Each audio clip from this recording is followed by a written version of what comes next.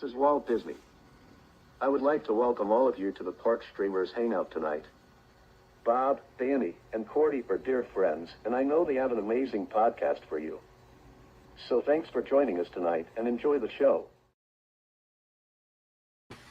Well, hey, kids, dreamers and jammers, how's it going? It's another episode of Park Streamers Hangout, and we've got a great show for you tonight. But before we get started, let's go ahead and say hi to our other hosts here in the chat. So, Cordy, California, how are you doing tonight? I am doing very well. How are you? I'm doing good, thank you. So, Cordy, tell us where everyone can find you real quick. You can find me, Cordy, in California on YouTube, Instagram, TikTok, and Twitch. Very good. All right. And also joining us tonight, as always, the wonderful, the magnificent. Wow, I'm really building you up.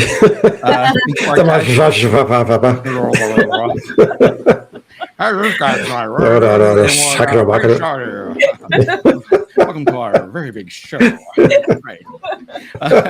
So, at least we got some humor going on here tonight. All right. So, well, hey, kids. You can find me on YouTube, X, and Instagram, all of them at Theme Park Casual. Very good. And everyone, you can find me at Barry Place 28. Look, I got a little cheat sheet there on YouTube, Instagram, X, Facebook, and TikTok. And yeah, come join me and have some fun when I'm not here at Park Streamers Hangout. All right. So with that, we do have quite a bit of things to talk about tonight. And the first thing we're going to talk about is actually the holidays are already coming to Disneyland. Isn't that crazy? And to the other theme parks, of course. But just this week alone, they already started showing Disneyland merchandise for Christmas. I mean, that seems a little early to me, doesn't it? Yes. Even well, if we start Halloween in July, I suppose we can start Christmas in early October. That is true. That is true. I don't know. To me, it seems like all of a sudden we're still in Halloween time, and I know they got to start bringing out that merchandise like Costco, as soon as possible. But It just seems kind of weird. All of a sudden, it's like, wait. Didn't I just see Halloween stuff over here for Disneyland? Now all of a sudden I'm seeing Christmas. Berry Farm doesn't even have the Christmas stuff out yet, but I suppose we'll probably start seeing that in a couple weeks from them as well. So let's go ahead and take a look at some of this merchandise that we got going on here. How about we say hello to some of the folks in the chat real quick, because we've got a big group in here already. We've already got Pirate Girl Trish, Haunted Mermaid Lauren Campbell. Welcome in, everybody. We got Good Vibes, Holly Ween, Most Wanted, Chad Pritchard, Paul M. Newitt is here. We've got EXP626, Grunch, Tom F, Goen Shogi, Mike, Adventures with Roto Commish, Christina Homicide, Buddy Hepburn is here. Jen's Crochet, welcome in. And I think that covers everybody. If I missed you, please say hi again in the chat. We'll catch you next time around. We get Little Mouse 27. Oh, Little Mouse, yes. That was way early. Yeah. Do we get Most Wanted? Thought I said Most Wanted. Did I? Nope. Okay. Most Wanted. Correct. I've got them written down. I may have said that. Well, hey, everybody. I was about ready to go right into our stories, and I forgot to say hi to everyone. So my apologies, everyone.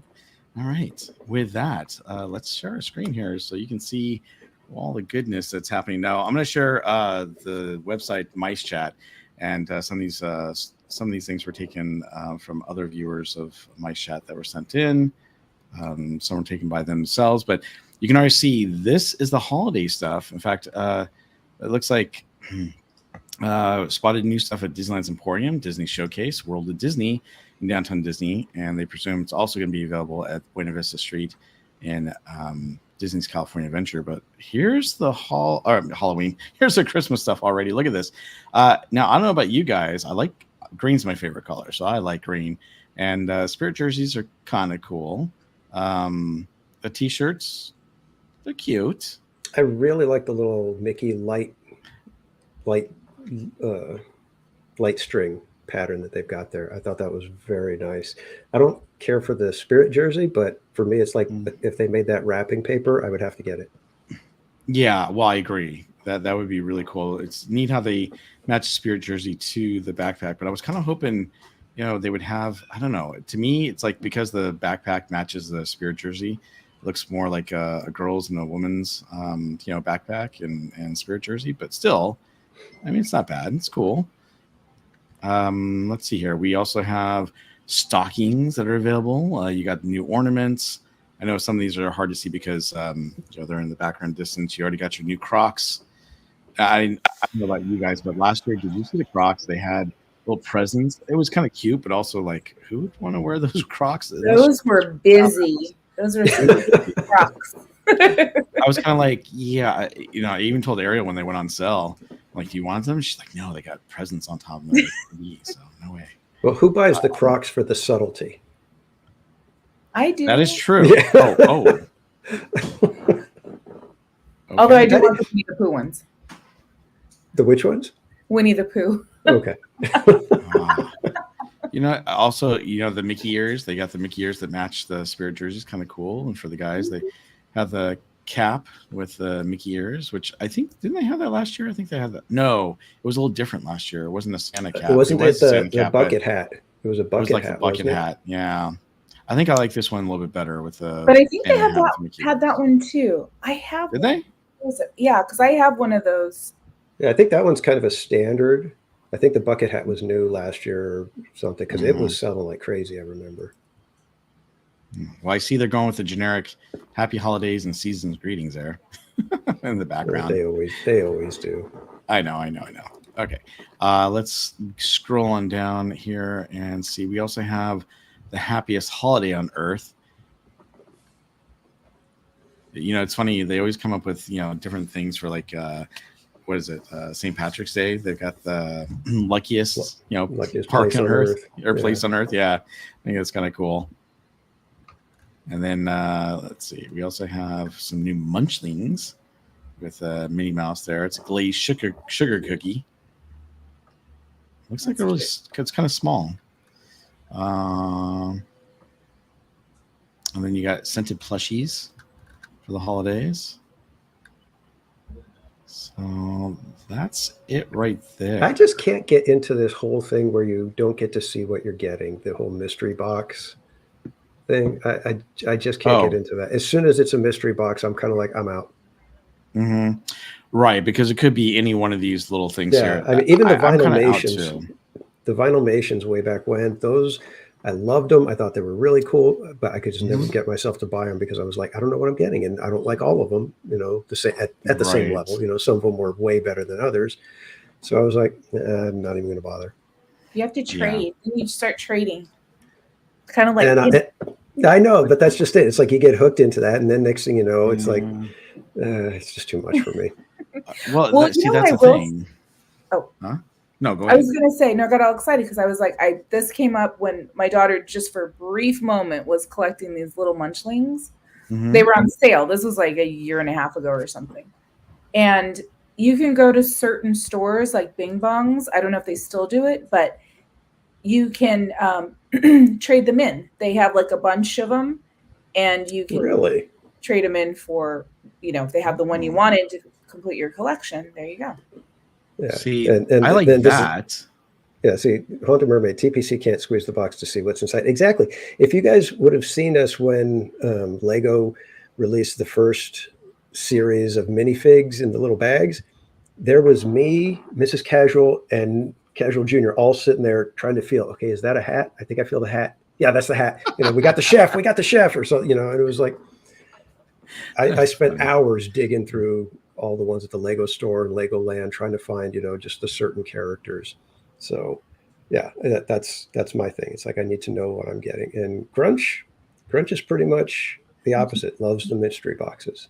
See, I mean, it can be fun because you don't know what you're getting. But to me, I'm like you, Casual. I want to know what I'm getting. It's like when they came out with the Kyber crystals for the lightsabers, like, oh man, and there were ways of telling how to do it. And then of course there are some people that were smart enough, they just went and got RFID readers and reprogrammers, and they would just reprogram it for the color they wanted if they didn't get the color they wanted, which is, kind of funny and crazy. But yeah, to me, it's like, and you could kind of tell in the beginning if you just, plan it out right. I'm not going to tell you how for the Kyber crystals, but now you just pretty much buy the colors you want. I think they finally gave up. Well, I guess it was the red, no, the black one. that everyone's trying to get. Yeah, the black one was the hot ticket. The mystery. But I agree. Look, these are cute. I mean, Sven's cute. Olaf's cute. Minnie, Pluto. Not sure about Donald Duck there, but yeah, I want to be able to see what I'm buying. I want to be able to know, like when Ariel last year, she got the Munchling. It was the big Baymax one. We knew we were getting. She wanted that. It was cool. But yeah, I'm not into the whole mystery thing either. It drives me nuts, especially because those pins. I was going after those the adventure pins, or what are they called? I forget what they're called exactly, but you had to get 8 of them. I got 6 of the 8, and I still haven't been able to find the other 2 or trade them. So that's frustrating to me because I don't want to spend a bunch of money on extra pins that I really don't need or want. I guess I could give them as giveaways. Everyone's like, yes, but they're kind of expensive at $29 for a box of 2. So I don't know. So that's basically what they're showing so far. There's going to be a lot more, holiday stuff coming out here for Disneyland. This is just what's hit the store shelves, and you'll be able to, go in there and purchase stuff now, which is kind of cool. But I'm sure we're going to see a lot more because they usually do. They usually kind of bring out, a select, handful of stuff, and then they'll just all of a sudden, release everything. I think once we get closer to the end of the Halloween season, they're just gonna get rid of the Halloween area stuff, and they'll just throw out all the merchandise. What do you guys think? Yeah, I think they release things in batches. They'll make the announcement and things start showing up, and then as you get closer, I get frustrated though because the other day it was like the starting of 31 days of Halloween, and it's like I am so over Halloween already. I feel like. We've been dealing with it for a month and a half, almost 2 months at this point. So it's kind of like I think you guys are squeezing a little too much out of these holidays when you stretch them that early. I agree. So one of the other things that's technically part of the holiday merch, and I was going to say this for later, but we might as well just do it right now. And I know Cordy wants to talk about a little more detail as well, but we have a new popcorn bucket that we should talk about because it is Nightmare Before Christmas related, right? So we actually have the Scary Teddy popcorn bucket that you can actually purchase at Disneyland now. And these are a new seasonal bucket that just debuted over in Walt Disney World and Anaheim. It made its way to Anaheim last Thursday. So now you can get it. I believe, Cordy, you did get one, correct? I'm trying to see if with the background I can show it. There he goes. There he is. Aha. Let me turn off the light. Let me see if he'll glow because he hasn't been in the sun, so I don't know if he'll glow. Hey, look, Cordy's still there. All right. That is big. That's a big popcorn bucket. Well, he does He's glow. not glowing. His teeth and his eyes glow. Oh, okay. Oh, that's cool. But yeah, no, he's look. And then his legs. Oh, legs articulated. Nice. All right, cool. That is one big mouth. Oh, the arms and legs move as well, huh? Yeah, that's okay. cool. It doesn't giggle? Just so you know, this is how it's been for the other bucket. So if you get this at the popcorn stand, because you get popcorn, right? But I don't eat the popcorn. So it's $30. And then if you get this like at Galactic Grill or anywhere else, right? Hollywood Lounge, Corn Dog, it's $27. Oh, because you don't get the popcorn? But you get like really good chips. Did you chips? I was really pleased with the You get some chips. They weren't Lay's. It was like Boulder chips, like the good stuff. Oh, interesting. Okay. Well, that's cool. I mean, if you don't like popcorn, then there you go. You got the chips, and that's pretty awesome. Well, that's cool. Or French fries, right, at Galactic Grill. French fries? With your popcorn bucket? Okay. Interesting. Adventures with Roto Commish says, I don't want a popcorn bucket that's going to bite me. That's hilarious. No kidding. You got to keep an eye on it. Paul M. asked, does Disney do any merch for Thanksgiving? I think they do a little bit. they like do like maybe like a little bit of, you know, table setting, decoration type of things, but nothing major. Well, they brought out the fall wreath, you know, with Mickey Mouse on it, and that's, you know, kind of like a Thanksgiving type thing too. Yeah. I think we had a few more people join us in the chat. Do you want to say hi to everyone? We've got Aubrey Scaris, we have Lynn and Geo Frightfest, Christy PH Disney, Monorail Molly, Jen's Crochet, Carol G, Alan Smithy. I think I got everybody. I hope I got everybody. Geo Frightfest. Woo! What's happening, dude? Yeah, Carol G from the Crypt. Carol G, I know. You know, I get such a kick out of the names everybody's doing this year. It feels like it's a bigger deal this year for everybody to change their names. It is. I like it. It's really, really cool. Yeah, I'm having fun with it. Me too, Alan. Yeah, so what did Alan say? He said I like really good chips. Well, yeah, really good chips are good. Well, welcome in everyone who just joined us. Appreciate you being here. So let's get back to the popcorn bucket over here. Cordy just showed us hers, but I'm going to bring up what we have on Mice Chat. So a lot of people standing in line for this, as you can tell. And look at that. They got a whole thing of popcorn buckets they're wheeling through. That is a lot bigger, too, than I thought it would be. I did not think it was going to be that big when I heard about this. So, and it does have a very large, wide mouth that opens up. So it's kind of cool. You got a lot of popcorn there. Let's see. I don't think. Okay. Nope. That's something else. So, all right. But yeah, so that's the popcorn bucket right there. I'll show it to you one more time. There it is. Wow. It's very cool, though. They did a great job. It is very cool. They've been doing a better job, but you know what? It's that thing where they've almost been doing a better job creating these popcorn buckets to make them like almost like toys instead of actual buckets. Yeah. So it's kind of like, Yeah, I mean, it's definitely way a collector's more toy item than bucket. Yeah, I would say so too. But at $27.99 or $30.99, is that what they're going for? Yeah, I believe it's $30.99. But it's there's like a $3 difference on the. Yeah, I look. I know some people love popcorn. Ariel loves popcorn, but I would probably go for the chips. And Ariel says, especially Disneyland popcorn. She loves that. So.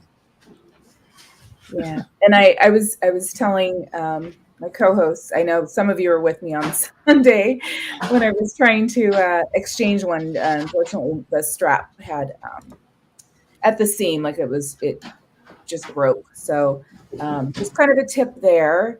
At least in my experience, I did go to 2 different spots, actually 3, the final one, but it's an interesting one. So they would prefer, I guess they would like you to go back to the point of purchase, right? So wherever you got it, if you need to exchange it, they mentioned something about inventory. So then they can, like one in, one out kind of thing.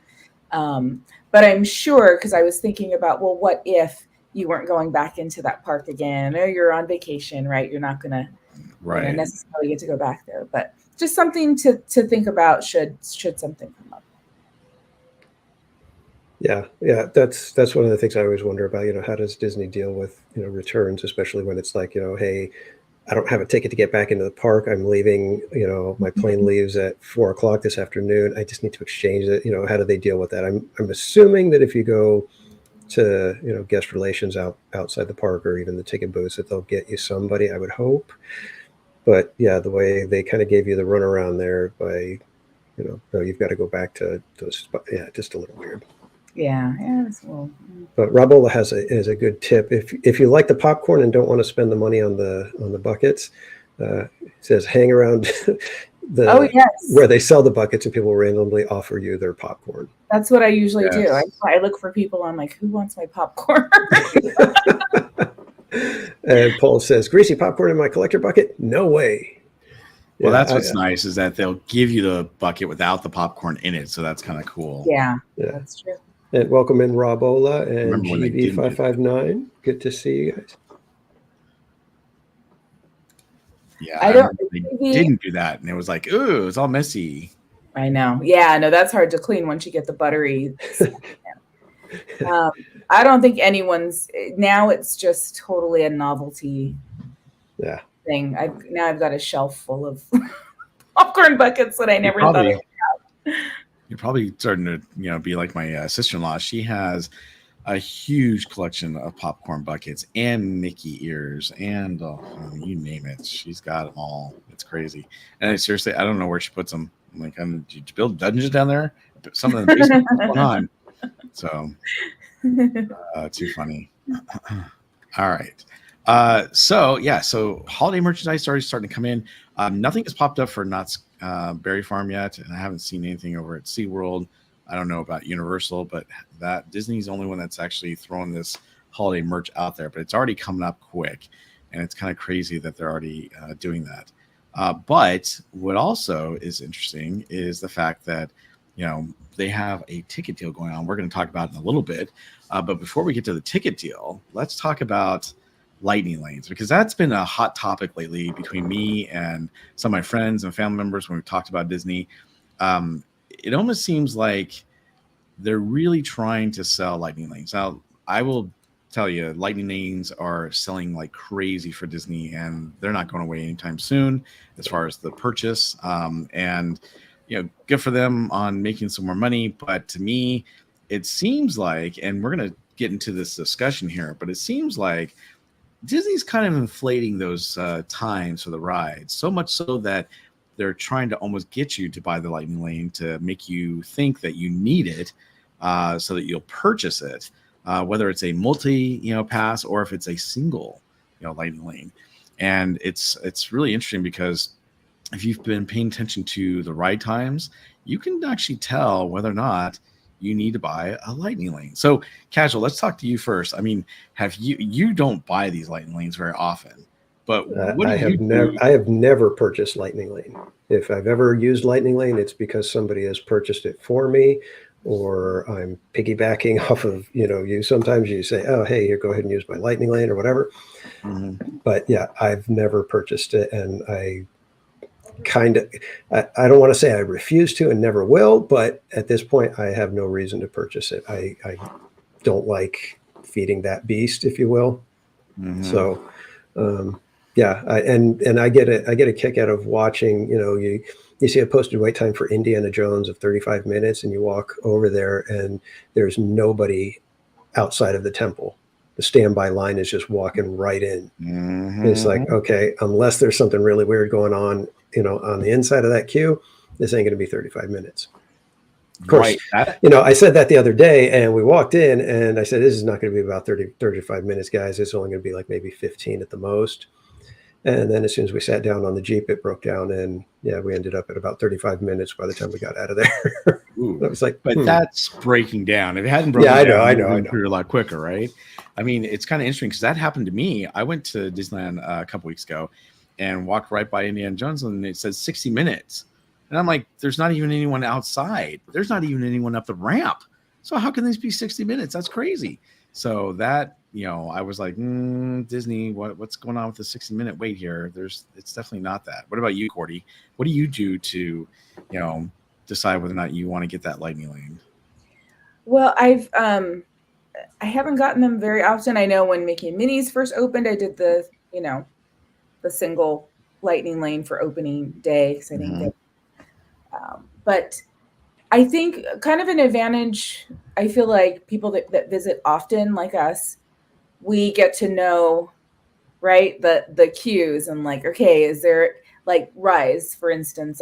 We went on that yesterday, and it was the middle of the day. It said 45 minutes. But I'm like, but there's nobody. Like, I don't see anybody right in the outside queue anywhere. Spoken like a true big race winner. Right. But it's, you take your chances. You're like, how does the lightning lane area look, right? Is there a whole crowd of people waiting to get in? Right. So it said 40 or 45, and it was 13 minutes to get to the pre-show. Mm-hmm. So it's just kind of knowing, you just kind of get to know it. And I would say if you watch our streams, you kind of get those tips and tricks as well, right? So when you come visit, you get that. But no, I definitely think I don't know if it's in anticipation of, right? Like, I don't know if they're that sophisticated where they can see, okay, we've got this many guests that are, supposed to come back between this time and this time. And they're doing any of the queue times based on that, or if, like you said, Bob, if it's just inflating the times just to, get people to, maybe a mixture of both, right? Right. Yeah, and I know it's tough to keep the times accurate because they don't know everything. It's like you can gauge it, but there's still going to be a sudden burst of lightning lane that come in Yes.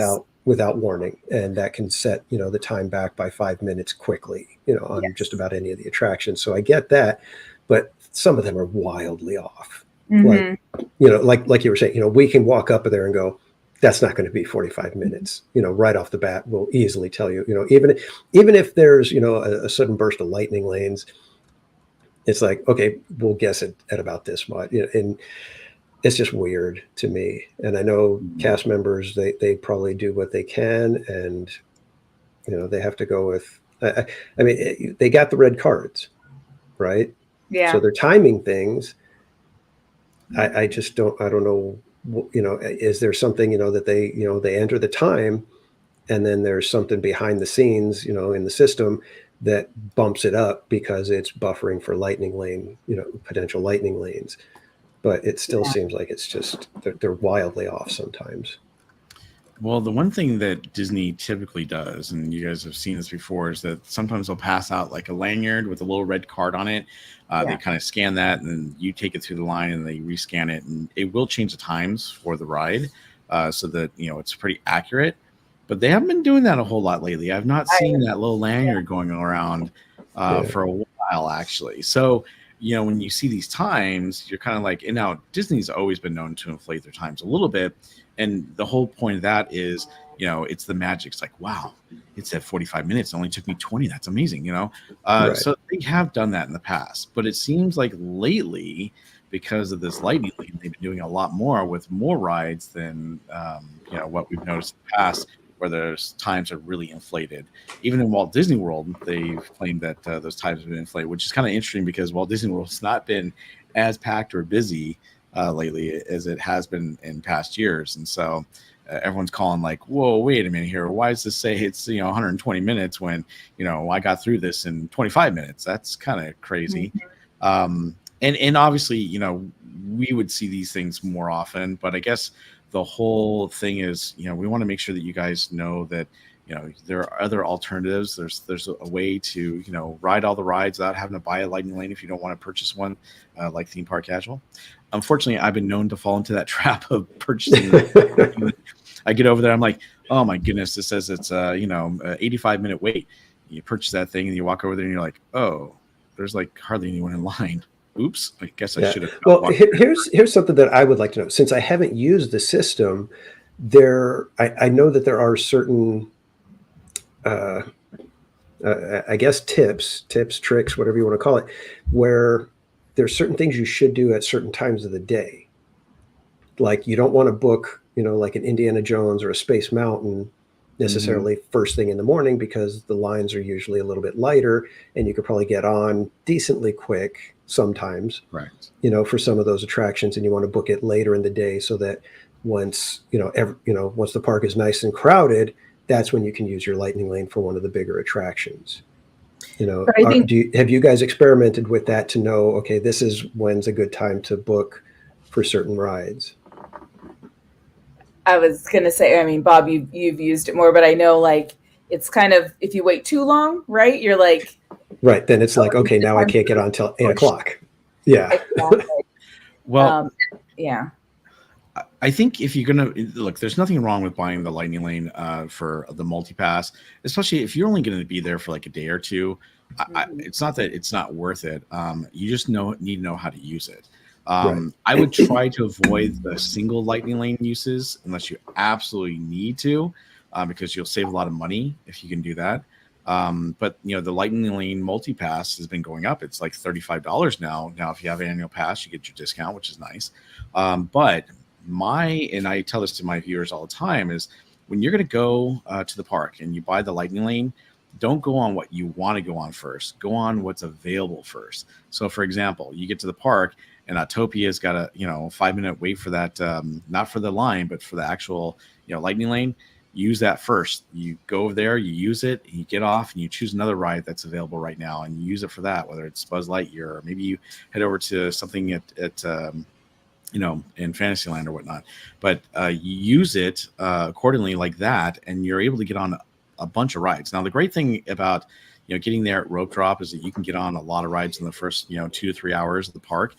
So that's really cool. So between my recommendation is get there when they rope drop if you can, and if you do buy that lightning lane, use it for all those rides that get you on fast and quickly, and then save it for once you've gotten through most of those rides, then look at the times for Indiana Jones, Space Mountain, et cetera, and start trying to get the lightning lanes for those. The other thing to remember too is, especially if you're doing a park hopper, you may not be able to get the park hopper right away for like DCA. That might fill up real quick. So just pay attention. You have to systematically plan where you want to go and how you want to do it, I guess, type thing. Like have a plan or agenda, but at the same time, look and see what's available, what you can go on now, and then save the bigger ones for later. The other thing to remember too is at the end of the night, things like Mickey and Minnie's Runaway Railway, if it says 30 minutes or less, it's a walk-on. Same with Haunted Mansion typically. Now, Haunted Mansion's got the virtual queue still, but they're letting people on usually after 11 p.m., sometimes a little closer to 11:30, but they have been letting people go on the ride without a virtual queue if you don't get one. I will tell you, though, I've made a virtual queue as late as 7 p.m. at night and still been able to go on the ride, even as a backup group. So you just have to look at those things. If you do have a time that's really low, go for it for those bigger rides. And right after the fireworks, people start taking off, so that's a great time to go on Rise of Resistance. Great time to go on a lot of different rides in the park. So that's what I would recommend. But again, if you're only going to be there a day or two, I'd say a Lightning Lane multi pass is good if you're going to maximize the usage of it. If you get to the park late, it's like 1, 2 in the afternoon, and you notice that the Lightning Lane times are really, really bad, and some of them are already gone for the day for Indiana Jones or something like that, then I would definitely pass. I wouldn't buy the multi-pass because at that point it's not even worth it. Yeah, definitely. If you're getting the multi-pass, it's something you want to do earlier in the day. I think probably by 11, 12 o'clock on the busier days, it's already, you're going to be looking at very late evening return times at that point. So it's up to you to decide if you really think it's worth it. I think once you get to probably, like I said, around 11, 12 o'clock, definitely 1 o'clock is probably the cutoff where I would say, you probably shouldn't even bother with it, because you're only going to get a couple of rides that will actually save you any time, and it might not even be that much. And I noticed when you were talking rope drop, Bob, Cordy kind of went, what is rope drop? I saw that one. I just didn't know. Yeah, exactly. TV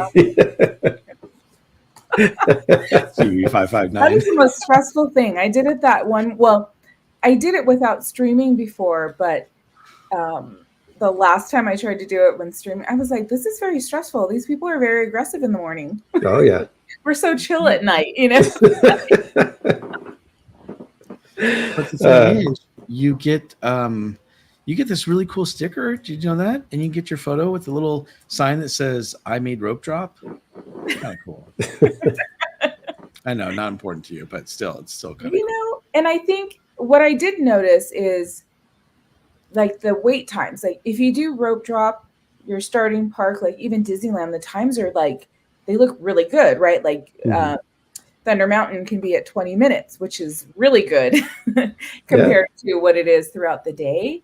So there's a lot of different ways you could do it. And I'm kind of speaking to you, Carol, because I know you're coming soon. It's like whatever park you're starting in, if you prioritize those big rides, right? If you like them, maybe do those. And then later on, if there's a low wait time, you get to go on it again at night. You know what I mean? But you kind of get the ones that you really want to hit. You could probably just bypass that. I mean, and even Rise, see, that's a tough one, because if you're only there a day or two, and you just want to, you're like, that's the one I really want to go on, then maybe. Yeah, and Rise, it's one of those ones where the other day I started my stream and it was low wait times everywhere. So I was like, ride says 30 minutes. Let's head over there and see what it looks like. We get there and it's like right at the caves. I was like, no problem. Let's go do this. We get in the caves. We're waiting there 5 minutes. And it's, we've stopped all, blah, blah, blah. And I'm just like, oh, for crying out loud, every dang time. Wow. What happens to you? Everything breaks down on you, man. What's going on? Yeah. The rope drop morning that I had the one time where there was like, I decided to rope drop, the west side of the park. So I'm heading toward Frontierland, New Orleans. Nothing was open. It was crazy. It was like Indy was down. We walk over to Pirates. Pirates is down.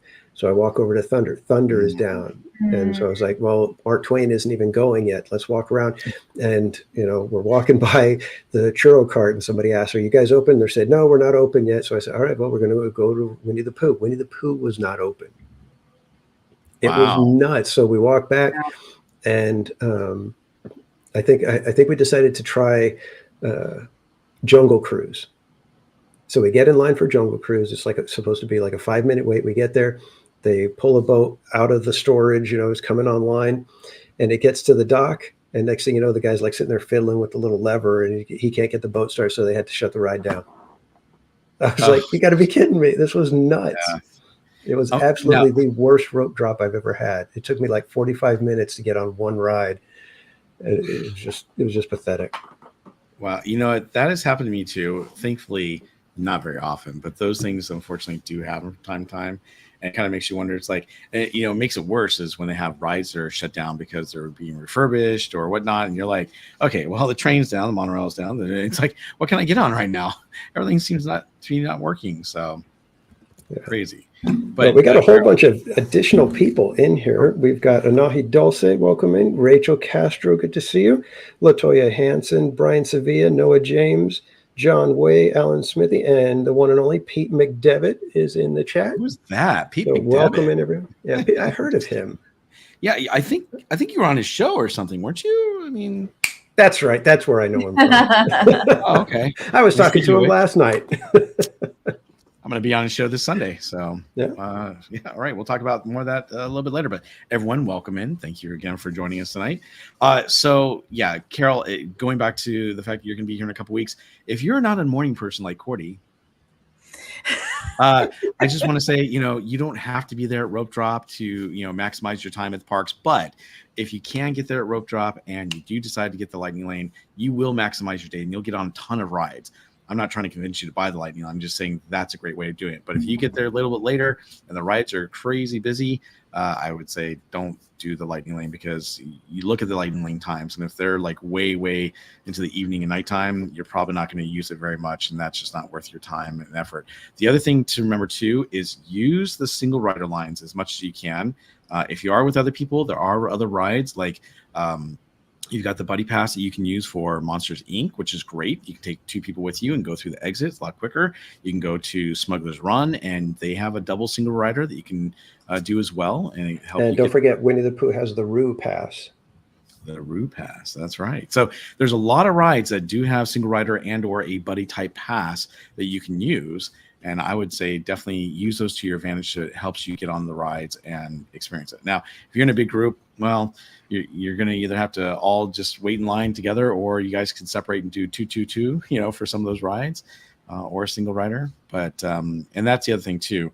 When it comes to Radiator Springs racers, usually, not always, but usually single rider is the best way to go if you can do it and you don't mind going by yourself. And you never know. Sometimes you do, even though you go single rider, sometimes you get paired up with your friends or family that you're in line with. It does happen from time to time, which is kind of cool. Space Mountain, we had that happen. There was a whole group of us that did single rider, and then we ended up, it's luck of the draw, right? Where they need to fill seats.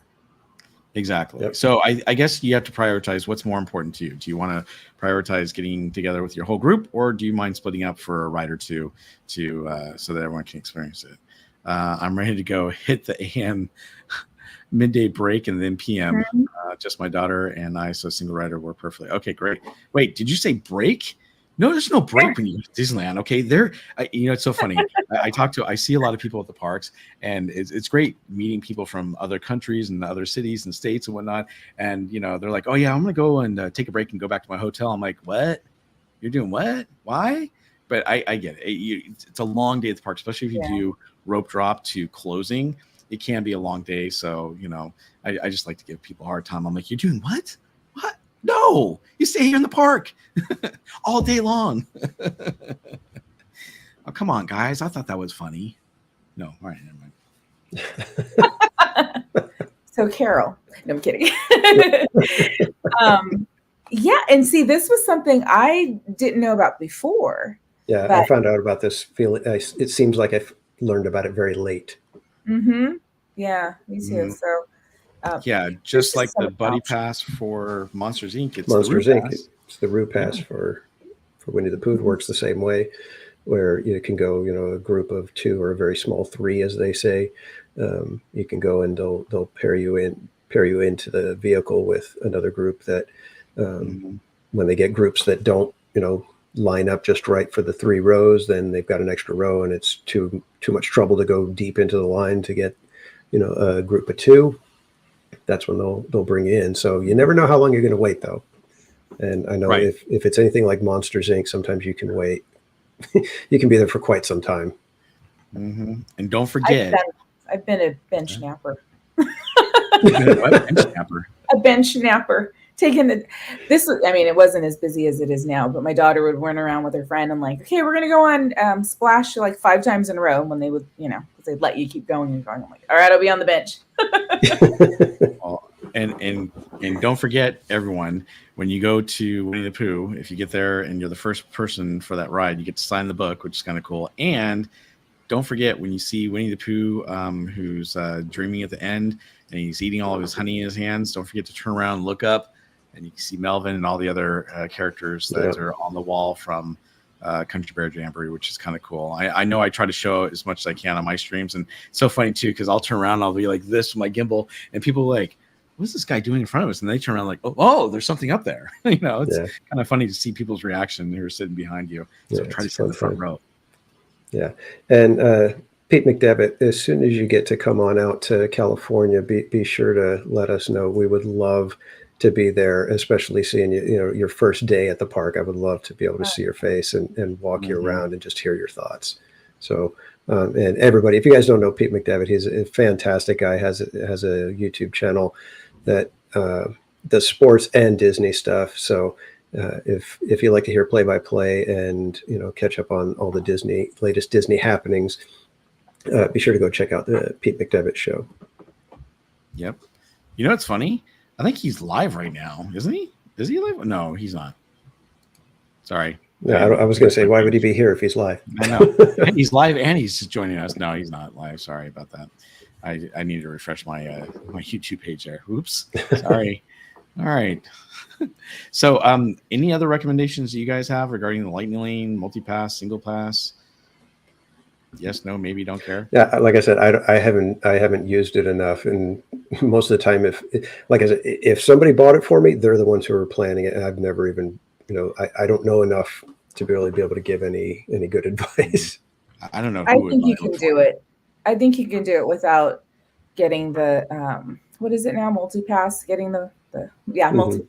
Yeah, multi-pass. The multi-pass.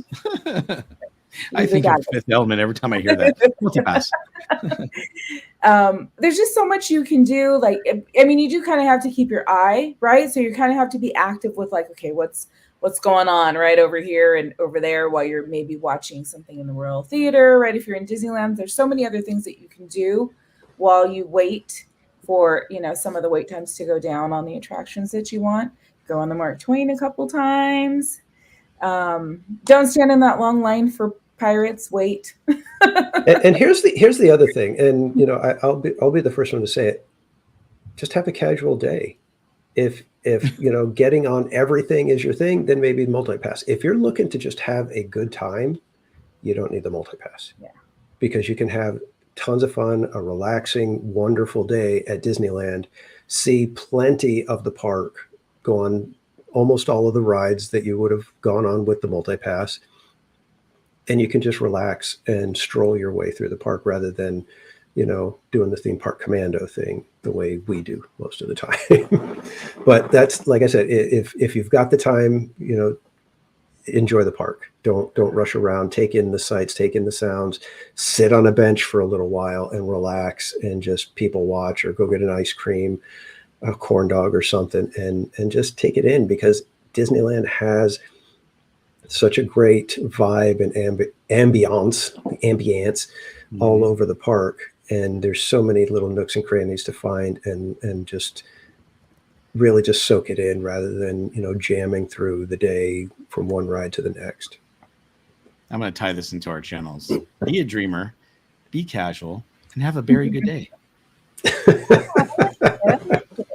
There you go. All right. Very cool. Well, I know we usually do questions at the end, but does anyone have any questions about Lightning Lanes since we're talking about this real quick? Lauren was raising her hand, so I said, go ahead, ask your question. I'm watching. Okay. In the meantime, we will say welcome into Tamara Delaney, Demon 5150, and Linda Lou. Welcome in. In fact, we got a couple of our other streamer friends in the chat. We got Jen's Crochet and Linda Lou, both parts, the better halves of their respective YouTube channels. Yes. And Linda Lou just celebrated a birthday, so happy belated birthday. Happy belated birthday, Linda. Jen's Crochet, didn't they just celebrate something, a big milestone too, over at Donnyland? They just hit 2,000 subscribers. Yes. 2,000 subs, that's right. So, yep, very cool. So and hey, Rachel Castro. All right, very good. Let's see, any... Okay, here's the question. Oh, there it is. I was going to say, where's the question? I've been waiting for the question. Is it Tiana's? I think you might be talking about the Tiana, right? The new attraction that's opening November 15th. So that's the date we have, and we haven't heard anything different. Yeah, they are rolling right toward November 15th. They've got testing going. We've been seeing logs dropping, and there have been cast members or Imagineers riding at times. So they have had people in the logs already. So I think they're gonna go with this November 15th date and stick with it. And I think it looks like by all reasonable accounts, they're gonna make it. So should be good. Should be good. Okay. Oh, look at that. We got, she says, I'm late. Judy Booty Boo Boo. I like that. That's kind of funny. Talk about Halloween names. We were just talking about that earlier. That's a great name, Judy. So, and November 15th is Adventure with Roto Commission's birthday. So you'll have plenty of Disney content to watch. I'm sure, right. You'll have at least 3 streams going. Yep. Just with the people that you're watching right now, you'll have 3 live streams going that day. Did you guys see what Sammy Bear says in the chat? Rope drop at 2 p.m. Hey, She's been hanging out with Cordy too much. There's something to be said about that. I think, who mentioned it earlier? I think Paul said something earlier about the midday, like mid rope drop or midday drop. Yeah. That is funny. But again, go with what is comfortable for you. Don't, just because some of us are early risers. I love being there in the morning. I will get up at 4:00 in the morning, get ready, get on the road by 5:30 so that I can sit in the parking structure for half an hour and be one of the first ones up. I'm sorry, you do what? I love doing that. I'm serious. In order for me to be there and be one of the first ones in so that I can make sure that I've got time to set up my stream, get situated, get everything figured out, because you never know what the lines are going to be like at the structure. You got to be there, fairly early. So I try to be there before 6:30, and then I sit in my car and I'll either, get, all my social media stuff ready to go for the stream and things like that. Or sometimes I'll take a nap, That's not for everybody. I only recommend it to those who want to do it. If it's not your thing, don't bother with it. Hunter Mermaid says, I'm asleep at 4 a.m. and that's went to sleep. Yeah. Cordy's crawling into bed at 4 a.m. And there's TPC. Hooray, rope drop, let's go. EXP says the benefits to hit the outdoor rides in the so you don't hit them in the hot sun. Yeah, crowds will thin. Yep. Well, you can. Actually, sorry. Benefit is to hit the outdoor rides in the hot sun. Crowds will thin. But a lot of people don't like to do that. They like to be indoors. Oh, sorry. Did I say that? Actually, I can't but I say think that. we can attest to. Remember that day we were both there? It was like the hottest day of the year, I think. 107. We were there, and it was like air quality was like. But I mean, we were getting on stuff. we were. Well, that's because we're troopers, and we had a live stream going on. Never let them see you sweat. Right.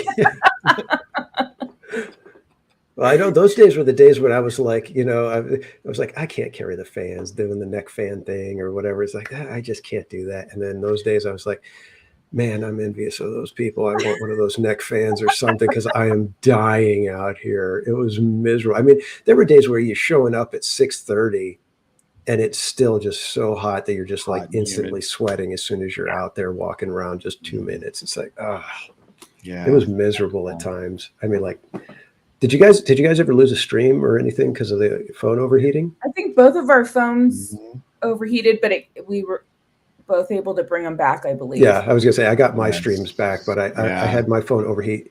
One time when we were waiting for the death wheel, and I had to get out of line because I had to go find some shade and get into somewhere to cool the phone off. And then twice in one day, I had it overheat to where I had to just basically go get in a shop because I needed the air conditioning. Yeah, well, that happened to me last time when it was really hot. I went to the Grizzly River Rapid, and it overheated. I went into the shop next door downstairs and waited for it to cool off. I think it took me about 6-7 minutes for it to cool off, and I went back out there and kind of hid in the shade, and then I was fine. Okay, but what is this, buddy? Disney Odd Couple stream with TPC and Barry. Okay.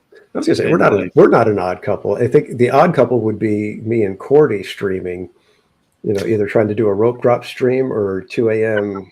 karaoke. Right. Yes, that's right. That's fun. Although I have to say I'm a night owl too. It's like I can stay up all night. I mean, I did the overnighter for Chalk Walk. Yeah.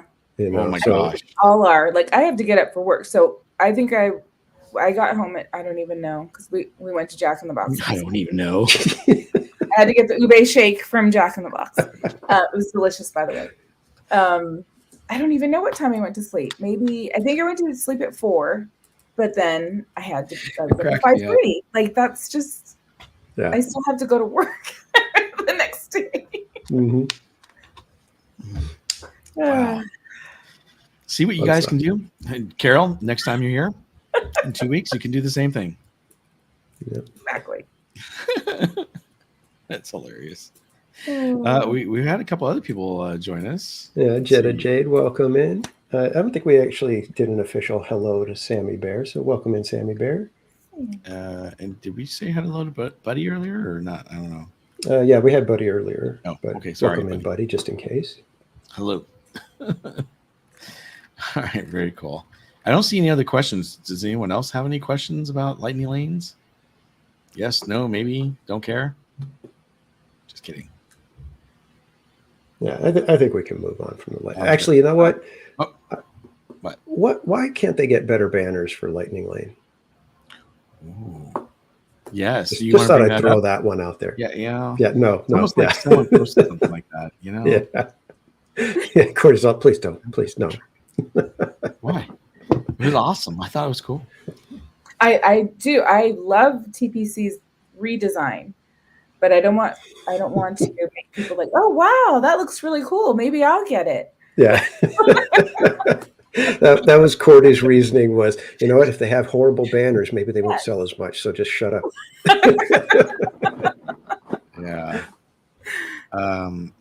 Let's see. Oh, like Buddy, yeah. Aren't they supposedly adding the extra super lanes on top of the existing ones? Yeah, there's actually talk that there's going to be an additional level added to the Lightning Lanes thing, that it's like a premium type of thing. And it's like, okay, no, that's what you need to do. You need to have the premium product and then nothing else. Just leave it at that. so that the people that are paying, big money get a proper experience, the same way the VIP tour works. You pay the extra and you get treated differently because you're paying a sizable amount more. So, well, and that's a problem with, them doing that 2-tier way, is that you have a lot of people. And the bad part about Lightning Lanes is if you do buy it and you don't use it, well, Disney just made a bunch of money. But also, it's frustrating to see, oh, well, they're charging these people all this money for a Lightning Lane, and then you got a premium one on top of that has more, perks than the people who bought the regular Lightning Lane, and they're probably going to get on everything, and you're probably not. Because that's one thing, I almost feel like if you're going to buy a Lightning Lane, you should be able to get on, every single ride. Now that they don't let you use it more than once, it's kind of a bummer that, it's not guaranteed. Now I get it. Every ride is different, and some, have a higher capacity rate than others. But yeah, it's just a bummer. Breaks are for quitters. That's fun. Oh, I think we just had Cassandra join us. So welcome in, Cassandra. Cassandra. All right. We done with that subject now? Yeah, I think we've driven that one into the ground. Driven into the ground. All right. Sounds awesome. All right. So let's bring this up real quick. Let me share my screen one more time with you guys here. All right. So Disneyland Resort announces the return of limited time kids special ticket offer and hotel offers. So children ages 3 through 9 can experience Disneyland Park or Disney's California Adventure for as little as $50 per day. Again, as little as $50 per day, with one park per day ticket for visits in early 2025. Guests may get away and save up to 25% on select hotel rooms at Disneyland Resort on-site hotels, and the special ticket and hotel offers may be booked beginning October 22nd, which is coming up in a couple weeks here, or a few weeks, for visits between January 7th and March 20th of 2025. So they're bringing back this ticket deal. Now, they announced this last year around the same time. I think they did it right after they announced, or was it before or after they announced the new prices for the Magic Keys? And I know, that's what I'm thinking too. I was like, we got a nice price bump happening right now for the Magic Keys? Yeah, it's coming. I have a feeling it's going to be coming any moment. In fact, the fact that they're selling it beginning October 22nd, is that a clue that that's when they're going to start selling or raising the prices to try to convince people? See, here's that whole thing of, we need to convince people to buy this ticket for their kids and come visit us between January 7th and March 20th. So I don't know. I mean, what do you think, Cordy? I mean, I think it's I love the idea, right? Because it's expensive. So, people want to bring their families. So I think it's a positive thing. I don't know. That's a tough one because I really like that they do it, but of course, Mm-hmm. Then you might want Lightning or multi-pass because then it gets really, really crowded, right? Right. I love how they have here tips for making core magical memories with kids. Here's things you can spend more money on. Character experiences. Now, I will tell you, by the way, coming up this holiday, we didn't talk about that. I forgot to mention it. They are going to have a new character meet and greet at the Goofy's Kitchen, as well as, but I think the holiday one is going to be over at Storytellers Cafe, and all the characters are going to be in their outfits, which is really, really cool. Obviously, let's see. So you have the interactive play areas for Mickey and Minnie's Runaway Railway for your kids. You've got, here, child's first big kid ride might be the new Tiana's Bayou Adventure. All right. They're selling that one already. And then there's the storytelling at the Royal Theater. You got the Disney Junior Dance Party. You got the Inside Out Emotional Whirlwind for kids at Pixar Pier, Incredicoaster. And then, of course, here's the more memorable meals. So you've got Disney treats like churros, popcorn, Mickey Mouse ice cream. Who likes ice cream? Just kidding. I think we all do. And then healthier options. I love how they mention all the bad stuff first. And they go, and we have healthier options such as fruit, snacks, mixes, and yogurt. And then you can save up 25% on your Disneyland hotel stay. 25%, hey, that's a nice little chunk of change, but wow, 25% on those rooms are pretty expensive to stay at Disneyland Hotel. So you're talking about, I think minimum is like what, late 400s for Pixar Place? Absolute minimum, yeah. I think absolute minimum would be in the 400s. Yeah, and your 25 covers tax and resort fees or something, kind of thing. Yeah, it doesn't include parking and exactly. So. But hey, benefits of staying at the hotel, convenient theme park access, early entry. Just cool. You have early entry. I'm sorry, the early entry. I don't know about that. That's not that big of a perk considering it's only half an hour. It's only a half hour. What didn't they used to do? It used to be an hour. Okay, now I didn't know it was 30 minutes. Yeah, 30 minutes. In fact, the other couple weeks ago, me and Casual Junior were there on Saturday, and we went up for rope drop, and we were gonna rope drop. I think we were gonna go for Space Mountain. So we were, on that side, and they start letting the hotel guests in, and where we were, they didn't have the rope up. So everybody that was right there waiting just kind of started shifting in, and we just kind of went with the crowd, and we started going in, and we got to Star Tours, and I asked one of the cast members, like, "Are we supposed to be in here? Because I don't think I think they didn't have a rope up or something." And he's like, "What do you mean?" He's like, "You're not hotel guests?" I said, "No." And he looks over and he's all, "Oh."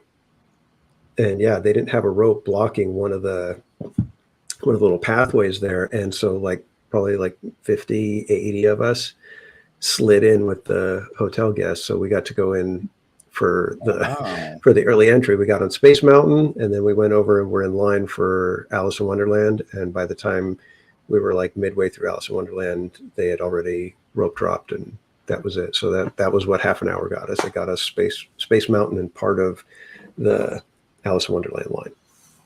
Mm-hmm. Wow, you. Yeah, that's why for me, I kind of laugh at that benefit because it's not really that much of a benefit. No, a half hour will get you on one ride, maybe two if you're lucky, if you know how to plan it out. But yeah, if you hit Fantasyland, you might be able to hit 2 or 3 rides, but yeah, it's not going to be much. I wonder why they changed it from an hour to 30 minutes. Do you know why? No, they did that. Did they do that last year? I know it wasn't that long ago, right? Yeah, it's been a little while, but yeah, it's. Yeah, I don't stay in the hotel. I only live 5 miles away, so it doesn't make it worth it for me. Yeah. Rope drop would be at 8, so you're waiting there, because I think I waited that half an hour or something, right? You can stand there and wait for the rope to drop. Yeah, gates open anywhere between 7:20, 7:30. I think on the early entry days, they start opening a little bit earlier so that the hotel guests can get up there and have a full half hour if they choose. But yeah, otherwise, usually turnstiles open at 7:30. Mm. So here's welcome in Pam Epson, Dash of Disney, Barbara Pumpkin, and we already said hello to Cassandra. And Donald. Oh, Donald's fan snuck in here. Donald's fan. Hey, welcome in, everyone. So there are a few other pro tips and time savers and more ways to save for the Disneyland hotels. So later this fall, Disney Plus will introduce a specially priced multi-day Disneyland resort ticket offer available for subscribers in the U.S. and Canada on select days through 2024 holiday season. And additional details will be shared at a later date. Guests can also plan in advance to find dates and price points for the best savings. I will tell you right now, though, it's been very, very busy Monday through Thursday lately. And if you think that you're buying a cheaper ticket, it's going to be better to go that day, it typically is not. So just be aware of that. So if you've bought your tickets or you're going to plan on buying your ticket, just be aware that just because it's cheaper Monday through Thursday does not mean it's going to be less busy. Lately, it's just been packed Monday through Thursdays. And believe it or not, the day that's been probably the least busy has been Sundays. Although now we have Oogie Boogie happening, so it is getting kind of busy for that. But yeah, typically it's been a Sunday, which is kind of crazy. But I think it's because a lot of people are leaving on Sunday or they're leaving Saturday, so it's not as busy, on the weekends. But definitely, be aware of that, because I know that, I've talked to a lot of people who are in the parks, and they're like, I thought it was going to be, so like empty today because it's, a cheap ticket and it's Monday through Thursday. Nope. Never happens like that, unfortunately. At least not anymore. Yeah, I know this last Wednesday was very light crowds. And I think it had to do with the fact that the Monday through Thursday ticket offer had expired. I think September was the end of it. Mm-hmm. So I think we may see a little bit lighter crowds during the week for a little while. Yeah, I think so too. So I think as we start getting closer to Halloween, it'll probably start picking up as people who, book their trips to have, actual Halloween time, book it closer to Halloween rather than, let's go do our Halloween festivities in early September. Most people don't do that. Wow, we got through those topics pretty quick for tonight, but we still have more things to cover because we have a few backups for you guys to talk about that I want to definitely cover with you.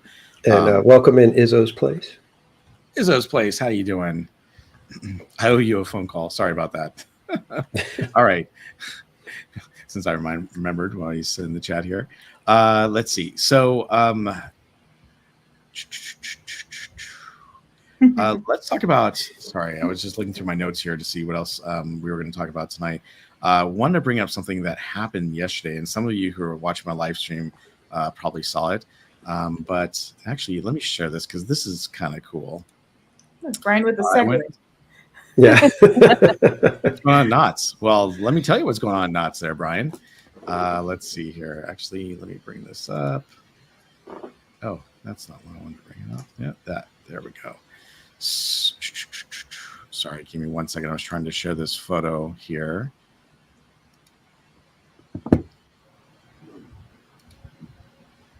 All right, let's see if I can bring up this. Wait, is this sharing?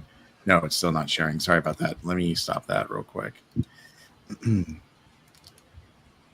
don't know why that didn't open. So let me try this one more time. Oh, there we go. All right. So my dad and I happened to go to Not Scary Farm yesterday, and we had a blast. It was really, really cool. And we went to the buffet. And for those of you who are watching the live stream, you got to see some of the food that we got to eat. But it was a lot of fun. Whenever I take my dad, we usually try to do the buffet first, and then we'll head over and do some of the early stuff if available. And then we head into the park and have a really good time. And he did have a great time. So I'm glad that he was able to hang out with me last night. So Dad, thank you again for doing that. I think we had one of the pictures. Is this one showing up? Yeah. Yes, it is. Okay, good. So that's our other photo that we had there. I like the first one myself, but yeah, it was cool. So, with that, we did encounter something that has never happened to us at Not Scary Farm last night. So after we were done eating at the buffet, you can actually head over and you have access to go on Ghost Rider before the park opens, or you can go to one of the 4 mazes that they have in what some of our other streamer friends call the bottom lot or the back lot. So you have Waxworks, you have Widows, which is the new maze, Bloodlines, and you also have 8 Fingers 9, which is the other new maze. So we decided to go over there and at least hit 1 or 2 of the mazes, and then we thought we'd go up and catch the opening ceremonies with the Green Witch and with the conductor. So we headed over to 8 Fingers 9, and when we got up there, we were told by the employee that my dad was not allowed to take his ECV up into the maze. And we were like, why? And she's like, oh, it's too large. And I'm like, no, this thing turns on a dime. It's really small. She goes, well, he can get out and you can push him in that wheelchair. And I'm like, I'm streaming right now. I can't really push him in a wheelchair. And that wheelchair is wider and bigger than his, scooter. And she's like, I'm sorry, we can't allow anyone to take a scooter in there. I'm like, that doesn't make any sense. Why? He's always been able to. And, these mazes are typically ADA compliant. So you can get through a maze with a wheelchair or, a scooter. Now, there are some scooters that are really big that you can rent. You've seen them at Disneyland. They're really big gray ones or something like that. My dad's is a very small one. And it was definitely, the width was not as big as this wheelchair. So my dad decided he was going to walk through the maze, and I'm like, "Are you sure?" Because he can't usually walk very long distances, and he's like, "I'm gonna try it." I'm like, "Okay." So I went through, and unfortunately, he had a very difficult time getting through the maze, especially towards the end. And when we got out, he stayed, and I went to go get a scooter, and she's like, "Is your dad okay?" And I'm like, "No, he's not okay. You wouldn't let him go through the maze with a scooter, which I don't understand. Can you explain to me why?" And by the way, to my chat, thank you so much for. I know I muted the chat because I want to have a private conversation with the employee, and I really didn't want to you guys have to hear the conversation, but she couldn't explain to me why my dad was not allowed to. Well, we decided to leave, and we went up front. We saw the opening ceremonies, and then we went through a bunch of the mazes with his scooter, and no one ever said he can't go through it. We went to the magic show, and again, not a problem. Parked his scooter right outside. We sat down, watched the magic show, went back through a bunch of mazes, and at the very end of the night, we did meet up with Cordy and Sammy and CL and Christina. So it was great hanging out with all of you. My dad really enjoyed seeing you as well. So thanks for getting together and hanging out with us for a couple of mazes. It was really a lot of fun. Well, Cordy and let's see, Christina. Oh, was it Christina? No, who was it? It was that took off to go watch the show. Who was that? Was that you and Christina? Me and CL, yeah. Oh, yeah. All right. We all kind of went. That's right. And then Christina and Sammy stayed with me and my dad to go through one maze, and they were going to go through Ghost Rider, I think it was. So we go through Bloodlines, and we get up there. The employee says, "Oh, I'm sorry, but you can't take your scooter in." And I said, "Why? What's going on?" It's like, "Oh, well, you can't. It's scooter's too big." And I said, "No, it's not." And again, he offered the wheelchair, and I said, "My dad's scooter is smaller than the wheelchair. I don't understand this." The funny thing is, and I don't think Sammy minds sharing this or me sharing this, but she's actually in a motorized wheelchair right now because she injured her foot, and so her wheelchair is just as wide as my dad's, and so I'm like, she can go through, but my dad can't. Okay, that doesn't make any sense. Again, if it was a bigger scooter, I wouldn't have cared. And so my dad said, "I'm just going to wait for you. You can go ahead and go through the maze if you want." And so I said, "Okay, fine." So when I got to the maze, I couldn't find him. And I went back to the employee, told him he couldn't go through. And I said, "You know where my dad's at?" And he said, "Oh, he went to the exit." I said, "By the way, is there anyone I can talk to? Is there a manager, a supervisor, someone? Because I don't understand why we couldn't take his scooter through the maze. We've taken his scooter through all the mazes. This maze here has been here for a few years, and he was able to go through it multiple times last year. And this year, you guys are telling him he can't. So I don't know why there's an inconsistency here, because even some of the other mazes we went through, like Grimoire, very, very tight areas in Grimoire, even tighter than much tighter than Bloodlines. And they let him go through with his scooter. So I just wanted to see if I could talk to someone. So I muted the stream, and I talked to a supervisor, and she told me that he could not go through because there are vibrating platforms inside the maze. And I said, that doesn't make any sense. First of all, this maze doesn't have any vibrating platforms. There are some areas where you walk through and it almost feels like you're on a massager. It's kind of nice on your feet when you've been standing all day going through those mazes. But there was no vibrating floor in that maze. I said, there are a couple of mazes that have it, and he went through those with his scooter. So that's not true. So do you want to tell me again why he can't go through with his scooter? Yeah, well, it's just too big. And I said, well, okay, try again, because again, it's not too big. And I said, is there anyone else you can talk to? And she goes, let me see. So she eventually got on the phone to call another person, and I went to find my dad at the exit. And I will say she did a great job of coming back over to my dad and I, and she said, listen, I want to apologize. I did look into this, and your dad can go through with his scooter. It's small enough that you can actually go through. And I said, okay. Well, thank you for coming over and apologizing and letting us know. I really appreciate that. She goes, I'll escort you to the front and you'll get in right now. And I said, thanks, I appreciate it. Well, my dad decided he was kind of, I think, upset, and he was kind of tired at that point. So he was like, nah, I don't want to go in.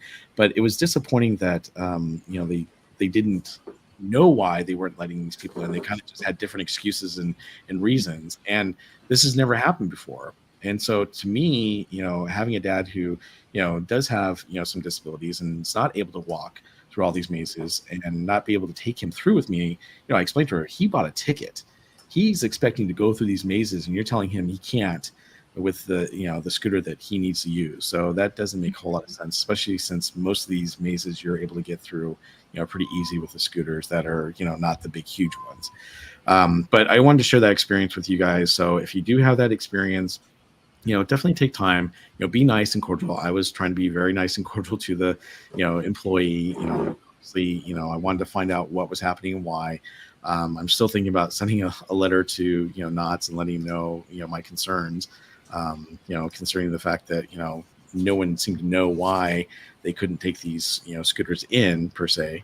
But that was our experience last night, and it was unfortunate because it happened at the beginning of the mazes and the last maze. So the first maze and the last maze it happened to.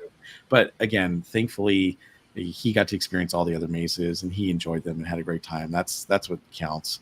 But definitely, be nice, talk to the employees, see what's going on, and hopefully, you guys will not run into that same situation. But if you do, just talk to the cast member. I said cast member. Sorry, thinking Disney here. Talk to the employee and let them know. It's crazy when they don't give you all the info. It is EXP66, and that's unfortunate. That's why I wanted to talk to them, and I wanted to talk to them off, the mic, and so I appreciate all my viewers watching last night. When I was muting the stream, let's make him a shirt. My scooter is maze compliant, and that's pretty funny. Yeah, I can make this one like that. That's funny. Thanks, Linda Lou.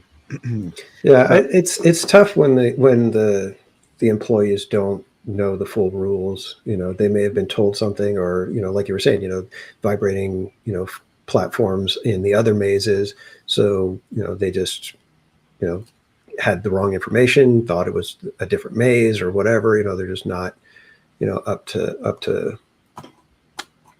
date with what they're dealing with that moment sometimes. And it's tough when the cast members end up having to deal with that stuff, and when they get it wrong, it makes it that much more frustrating for the guests. Right. GV559 says paint a box on the ground outside of the maze. If your scooter fits in the box, you should be good to go. But it's very similar to, when you go, I see it all the time, right? You go to Mickey and Friends and people get stopped because they have those, the wagons. Right. And there's a very specific wagon. You have to have, I think you have to have paperwork, there has to be something behind that so that you can bring in specific ones. But they used to have, I don't know if it's still there, but they used to have a spot. So it was like, if it can fit within this space, you're okay. I think they've since changed the rules around it. But I do think that should be something up front, right? It's you should know that. And if it's okay to go in some, you should be able to go in all of them. They should be made, that way, accessible. Right. And I don't want to make light, because here's you got to play devil's advocate right now. Why are they saying not to bring in these scooters? Now, I'm sure it's happened in the past where people have come in with their scooters and maybe they ran into the wall, or they damaged a prop, or maybe they did something like that. So I can understand their concerns in not bringing something big in. I'm not trying to make light of what Knott's was saying to me. I just wasn't getting a very clear answer, right. And it also didn't make sense considering the fact that my dad went through all the mazes last year and has done so in the years prior. With no problems with these scooters, and he would have been fine inside of Eight Fingers 9 as well. But it's just unfortunate that but it could be that something like this did happen, where someone did run to the wall or damage something, and they went, oh, we're not going to have these big scooters go through anymore. But again, I think they need to do some proper training with the employees, let them know what is able to go through and what's not able to go through. So yeah, well, I've never driven one of the scooters, but I'm curious, is it possible that somebody could, if somebody's a little bit of a let's say just like jumpy, right? They get scared easily and they flinch and they get startled. Is there a chance that they could actually kind of give it a little bit of extra gas without just from being startled and like lurch forward a couple of feet? Oh yes, because that could be an issue right there. But, if somebody's not able to control it, just like I said, from being startled, and you just never know. I mean, we all have those moments where it's like you get startled and you kind of lose control for a second there. You're like, whoa, and your hands move, your arms jerk away from things, and you're just like, if that could happen, could you imagine? that could be really, really bad. But typically, what I've noticed in the past when I've gone with my dad, and this wasn't the case last night all the time when we went through the maces, but many times they'll let you go first, and they'll put a space between you and the people in front of you, so that, you've got some time. They need to post the signage at maces. They're not allowed. Yeah, exactly. That would be the best thing, to have signage that instantly let you know, hey, this one, you've got to be ambulatory, or it has to be a non-motorized wheelchair or something like that, just so up front, so you're not waiting in the line and then get there and then be like, yeah, no. Yeah, but like I said, it's weird because they let Sammy's go through, not my dad's. Geo Fright Fest says, you said it best, Bob. It needs to just make sense, and when it does not, it really gets frustrating. Yes. Mm-hmm. Yeah. So like I said, I've never driven them. That's why I was asking, is that even possible? Yeah. So if there's controls for stuff like that, then that's all good. I'm just saying, like I said, I didn't know. Typically on most of them, there's a dial. It's funny. It has a rabbit on one side and has a turtle on the other. And obviously turtle is slower. So you just turn it to where you want to go, and then it'll control how fast you go. So if you are planning on going kind of slow through something, you can turn it down, and then when you hit the accelerator, it'll only go to a certain speed. So, all right. Yeah, welcome in Amusement Dark Pirates. Yes, they just changed their name. Mm-hmm. These Halloween names are cool. I like all these Halloween names. It makes me wonder what we're going to do for Christmas now, or the holidays, winter holidays. Yeah, everybody's going to go Christmassy style. Mm-hmm. Exactly. Okay, let's see here. Well, I was going to say, while we're getting our next topic, I just real quick, because it's in my mind right now. I don't know if you guys did the monorail yet, since they started letting people in to sit in the nose. Yep, I did nose cone. Very cool. Yeah. Now, I got a question for you, though. Since you sat in did both of you sit in the nose cone now, or in the back, front, whatever? I did the front round trip. Yeah, I've done front. Okay. So did you look around the cabin? How did the cabin look to you? Because I'm hearing from some of the other streamers, bloggers, and I've seen some things on the web that it looks like they're kind of falling apart inside, or they're just, I don't know, they're not really kept up very well. I went on at night, so I don't know if it wasn't very visible, but it didn't seem like, it was nothing noticeable to me. Gotcha. Yeah, no, me either. Okay. Yeah, just curious. Let's see. Sorry, I'm just going through my notes here, see what else we were going to cover.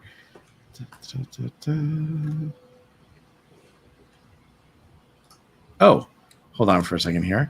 The Downtown Disney District has all new shops and dining that's going to be coming out. So I wanted to share that with you guys because I thought that was pretty cool. So let me share my page again with this.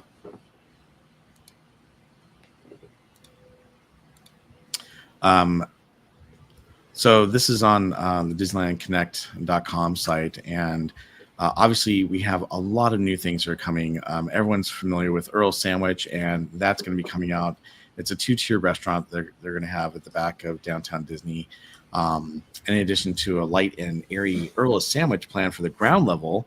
So right now you've got the Earl's Sandwich where you can order your sandwiches off to the side, and you have the tavern next door. Well, here the ground level is going to be where you're going to order your sandwiches, and the second floor will be home to all new table service concept called the Carnaby Tavern. And the Carnaby Tavern is designed as an homage to the swinging 60s and the British invasion pop and rock bands of the UK. And the restaurant will feature a patio with indoor and outdoor full service bar. And that's kind of what it looks like. I know it's kind of a small picture there. Here's what it looks like. I believe this is what it's going to look like on the ground floor. Right there. And then we also have, Marceline's Confectionery is finally coming back, to Downtown Disney. And it's being completely reimagined. Obviously, they had the dress store next door. they've gutted that out, and they're making Marceline's Confectionery even bigger and better by expanding into the Disney's Wonderful World of Sweets. And it's going to be a whimsical candy, sweets, and treat shop featuring tasty favorites such as churro toffee. Oh, that stuff is good. Caramel apples, another good thing. Sour balls, lollipops, packaged confections, and freshly made Werther's original caramel popcorn. Ooh, I'm always good for some caramel popcorn. And then guests will be able to watch these delectable delights being handmade from the exhibition kitchen, viewable from the promenade, which they've always had. So I'm glad they are keeping that. I think it's really cool when you go into Pooh's Corner or any of the candy shops, and you can see the actual candy being created. It's a lot of fun. I love it. How about you guys? I love it. It's pretty cool.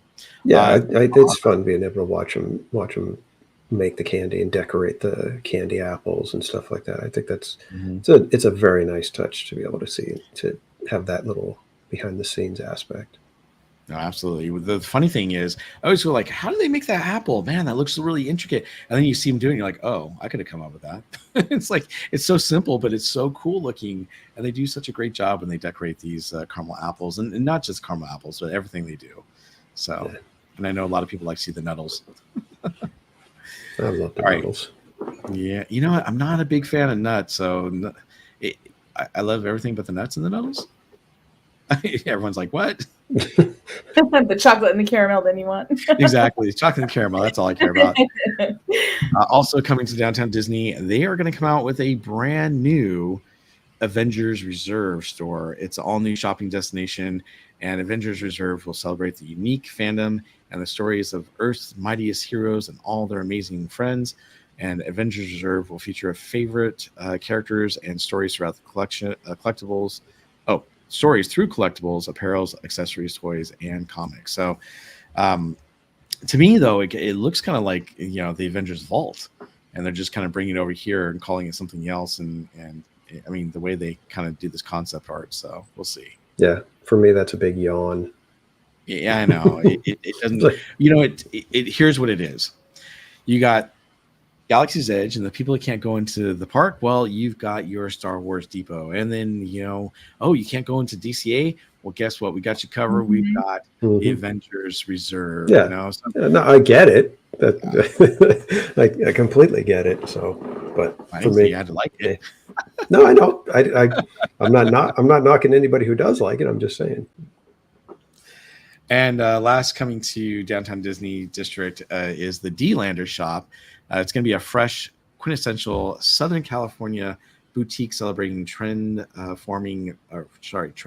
fashions for Disneyland fans, offering a stylish collection of apparel, accessories, and jewelry. This is kind of taking the place of the dress shop that they got rid of when they're expanding the Marceline's Confectionery. So, Theme Park Casual, I know you'll be in this shop, right? Oh yeah, you know me. I'm very, very trend-forward with my fashion taste. Cordy, what about you? I'm so not a merch searcher. It's terrible, but I'm just like, oh. Yeah, half the time if I do merch on my streams, it's like, there's a shirt, there's this, there's that, and then like 5 minutes later, I'll realize that everybody's like, well, how much was it? You didn't show us the price. And I'm like, oh, right. Yeah. Right. That's right. $49.99. Hey, great. Is D-Lander related to Zoolander? A lot of people don't like that. It's kind of like saying Cali. Yeah. Right? Like you don't say Cali. Yeah. You don't say D-Lander. It's Cordy and Cali. Especially if you say it like that. I'm a D-Lander. Yeah, Cordy in California. But, well, gosh, I'm a D-Lander. All right. Yeah. I know. Well, all right. Yes, see. Mermaid, I know I don't merch. That's why I said even the few times that I do it, it is done wrong. So I'll admit it. Yeah. He does ice cream well. I do ice cream very well. Sammy Burrows wants to do like we have 5 minutes before the clock closes. Let's go before, like, So go for it. Speaking of which, is there anything that you've heard about that you're excited, Cordy, or Theme Park Casual, regarding some of the holiday foods that are coming out? Holiday foods? I haven't seen anything yet. They kind of released some things, right? It was like a month ago or something. Like it was a long time ago when they started like showing, because I'm like, I cannot do on like I don't want to see any snowflake little Rice Krispie treats right now. Not just yet. I don't know. I mean, are there things that you guys have had? Like, has anybody tried what they have now? But the Cusco Rice Krispie treat. I know it's $9 for that thing. Is it really? How do they charge $9 for that? I was like, $9. I was all excited because I was like, okay, cool. We've got something, and it's something that I can go and get. It'll be, I think I'm willing to do this. And then I saw $9, and I was like, no, unless that thing is the size of Wyoming, I'm not paying $9 for a Rice Krispie treat. Isn't that more than what we paid for our Glow Cube? Uh-huh. Oh yeah, isn't that crazy? I mean, that doesn't make sense to me at all. Yeah, I was like, no, there's no way. Had it been, $6.50, I probably would have bit the bullet and went, okay, I'll do the one time, just because it's the Cusco thing and what. But yeah, geez. Oh, sorry. I was trying to say, Linda. Everybody, there's a lot of merch searchers. Yes. Take the stream. Love going. Okay. So here is the holiday page. It's a festive food marketplace. And by the way, they're going to do the sip and savor like they've been doing. And we're going to go right from the festive foods marketplace, probably back to the Lunar New Year. So be prepared for all these booths to be out for a while, everyone. But they are going to have some really good tastings. Let's see. We're going to do the tidy tastings. So you'll be able to discover a world of delectable possibilities with the Festival Foods Marketplace, sharing cultural celebrations through food at various locations.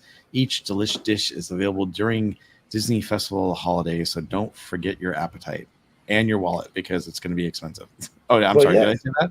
The Sip and Savor Pass, it says the pass provides 4 or 8 digital coupons. Is that how they used to do it? That they've done it before? There's different. They did it for the food and wine. You could do the 8 and you got a discount, or do the 4 and you didn't get a discount. Okay. Oh, is that how they did it? I don't remember that. Yeah, I was going to say because I went straight for the 8. I was going to say, I was like, I'm getting the 8 one. But just remember, if you do buy the Sip and Savor Pass, even though it starts on November 15th, it expires on January 6th. So you need to make sure, and also make sure you use your digital coupons as fast as possible. Now, last year, remember they ran out of the digital coupons. They ended up going to physical coupons again, or the codes. The little tabs. Tabs. Yeah. Hello, Bob. And so if you want certain things and they're really, really popular, make sure you take advantage and use them as soon as possible, because you don't want to be there at the last minute trying to get rid of your Sip and Savor, passes or coupons. So, I'm surprised they're not showing more foods. I thought they were going to show more foods here, but I don't see. I think it's too soon, because I feel like whenever they announce this stuff way in advance, you don't get as much. Please check closer to the event for an update. Yeah, I was gonna say I went through there and it's just like a little loop that takes you, from the Tasty Tidings to the Food Festival, back to the Tasty Tidings to the Food Festival. It's like, okay, so the website is they're not quite ready to announce everything yet. So, but for Christmas time, I am always excited for Believe in Holiday Magic Fireworks. Absolutely one of my favorite shows ever anywhere. Such a good fireworks show. And then you got the snowflakes that smell like gingerbread, and you put them in your mouth. Oh, wait, no, don't do that because it's soap. So yeah, I'm looking forward to that. But then I'm also looking forward to Knott's. I do. Yeah. I have really been slacking this year with Knott's, and I have to apologize to the farm. So I got to get back there for number one, I got to get over to Spooky Farm so I can see the marionette show, and then definitely holidays at Knott's is off the charts. They do it so well there. I can't wait to get back to Knott's for the holidays. What would be really cool? Maybe we could do a I'm just saying this, Park Streamers Hangout from both parks. Like that would be fun. I am completely down for that. We'll love it. Cool. Yeah. Hey, Cordy, I'm over here at and Theme No, Park that Casual. would be really fun. Yeah, we could do do you want to do the tasting cards? Because I know we did it. That was fun. Yeah, we did that. We did Lunar New Year. We could try to do something like that. Oh, Lynn, that's right. Holiday World of Color. Yep. Holiday World. Finally, we're getting a new World of Color again. Well, it's a holiday one, but it's perfect. Yeah. I love the holiday one. I know I've told everyone I wasn't real partial to World of Color 1. It was a good show. It was my favorite. But I'm the same way. The holiday one was the only one that sold me on World of Color.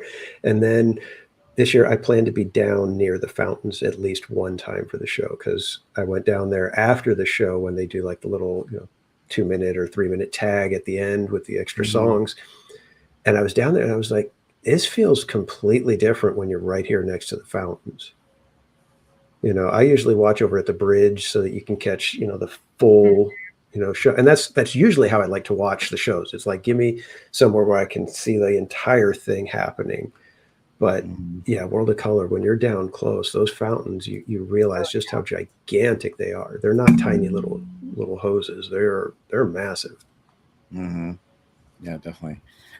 Adventure with Roto Commission says send Barry Place to SeaWorld.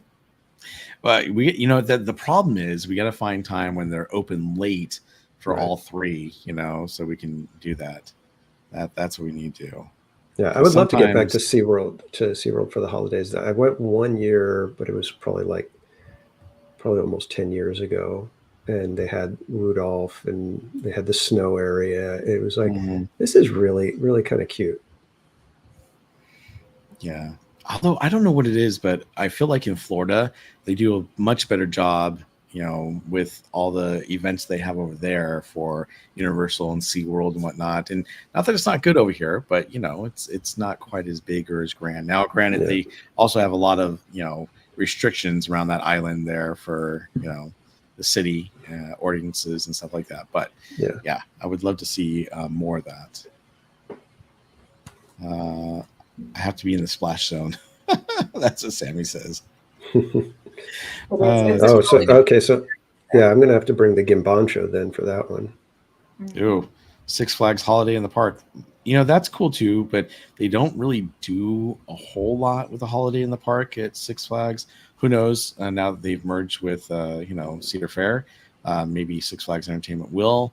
Although they don't really care for streamers that much, so you can't take a gimbal or anything like that. You just have to, hold your phone and do the shaky cam. Yeah, it's so weird. So, yeah, it is, and I really wish they would, change that for the park.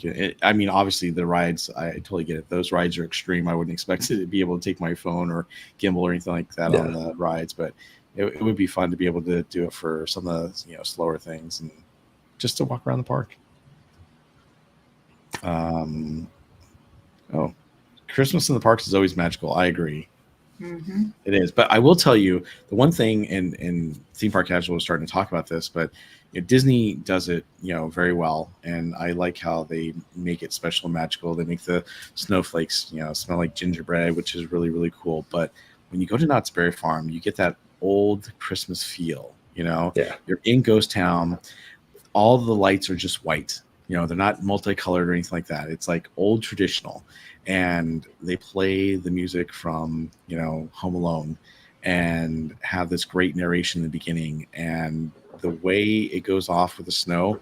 I mean, it's like a blizzard. You go to Disneyland and it's like, wow, there's snow all over this. Cool. You go there and you could literally walk around with a hat of snow on your head if you stand in the right place. But it's really, really cool. It's magical. And I'm not ripping Disney off. I think Disney does a great job and it's wonderful what they do. It's just something a little more special that gets to you right there in the heart at Knott's Berry Farm. So yeah, I mean, you go with the Snoopy on Ice show for starters, just absolutely fantastic. And the latest show that they've had the last couple of years is an impressive show. It is a fantastic show, amazing show. It's definitely a must see. And then they do, you've got the Carolers out in Ghost Town, and then they do is it Home? I think it's called Home for the Holidays, the stage show Home for the Holidays on the Calico stage. That thing, I mean, that is a Broadway quality show. It is it's just crazy how good that show is. And then you've got the a cappella singers and just the smaller shows here and there. Usually in the Birdcage they do Gift of the Magi and Christmas Carol. The Christmas Carol. And then, like you said, at night they do the Snowfall. And they do it multiple times as well. So it's kind of cool because the first one really crowded and you get, this big party atmosphere. And I think that's what I like about it is that it gives you the feels, but then it turns into a party because they bring the music up. Whereas Disney has all the fireworks, it's going, it's bumping, it's amazing. And then they bring it down and bring the mellow and the feels.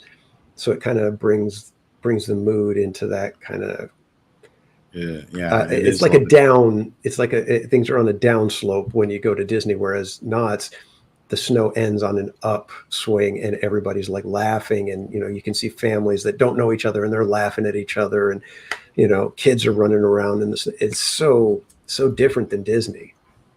And although I must say they do the snow on Main Street like at the end of the night. That is cool too. Yeah. So they I mean, at least that's kind of nice. I totally like that was my first Christmas in I don't know how many years at Knott's. So it was beautiful. And like, you guys were saying, it's just that was a whole different vibe. Hopefully I'll get the Studio on Ice this year because I never could get there in time for. It's rough though, because that is a very popular show. It is. Most of the time, if you want to get a decent seat, you've got to be there like, half hour, 45 minutes before showtime and you're waiting, the whole time. But I would say a minimum of 45 minutes to 50 minutes. That's a minimum. Otherwise, you may not get in for the show. And if you go by yourself, there's a good chance you're going to see a single seat available or something, which is awesome. But if you're going family, definitely get there as soon as you can. But I'm wondering what's going to happen this year. Have you heard when Knott's is starting their holidays? Because they usually start a week later than Disney, but Disney is starting a little late this year on the 15th. Normally Disney is around, like the 9th or 10th. Let's see here. Knott's Christmas. So Knott's Merry Farm is going to be November 22nd of 2024 through January 5th. Wow. So they are starting late. Wow. Interesting. Yeah, I'm surprised they're starting late too, because usually they're starting the same time usually. And actually, season. It's Snope season. That's right. Let me share my screen so you guys can see this because this is pretty cool here. But so holiday spirit shines bright. So you have Knott's Merry Farm, November 22nd through January 5th. Here's a little video. Let's watch this real quick.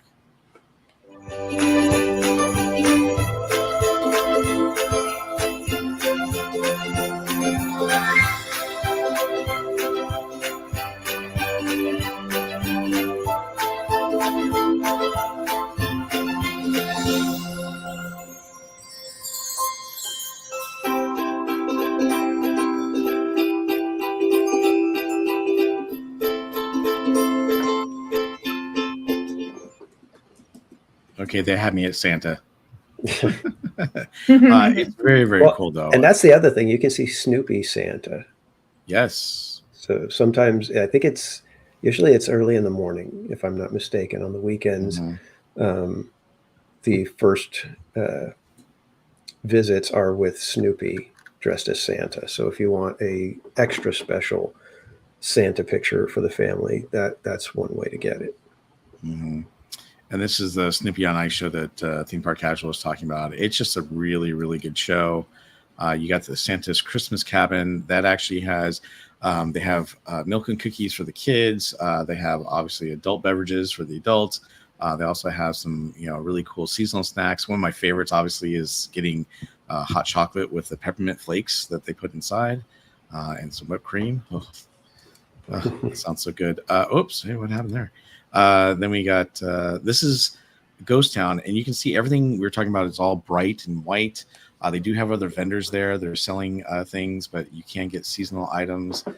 This is also where they have the snow falling.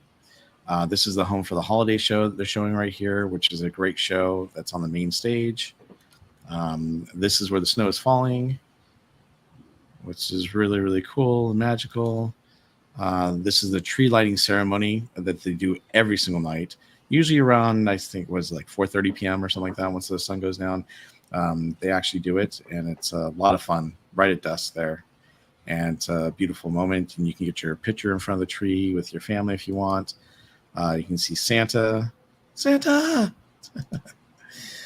is the Gift of Magi that's showing at the Birdcage Theater right here. And they also have the Christmas Carol playing here too. So, yep, there's some really great things to do at Knott's Berry Farm. So, see, Carol, you're going to have to come back down in December again so you can experience Knott's Berry Farm and Disneyland. And then right now in 2 weeks, you need to go to Knott's Scary Farm and Disneyland. She's like, what? So and cool. Mermaid says, speaking of Santa, I heard he's taking over the Fantasyland Theater. Well, Yes. that would probably be a good thing, just to have a whole area for it rather than, where they usually have him, because he used to be up in the cabin at the ranch, but they got rid of that. Mm-hmm. I'm trying to think where his they had him over by Pooh's Corner and that whole area where Pooh is normally. Right. Okay, they set up the actual looked like a little cabin or something like that. Okay. But yeah, that's what they typically have done in the past. So I think this is a great idea because it's a bigger area. Mm-hmm. Maybe we'll have some other activities. Sounds like they're going to have some other activities and things to do in that area. So that'll be kind of cool. And that's a great use of that space, obviously, because it's not being used for any other shows right now. So perfect. Yeah, and if they can't, I mean, I would do what they did with Pixar. Put a bunch of little photo ops and fun stuff for the kids while they're waiting in line and whatnot. So hopefully they do it right, and it's not just a quick, hey, here's Santa kind of thing, and it's just a random. I wonder what the banners will look like. Yeah, we'll have to see. Too funny.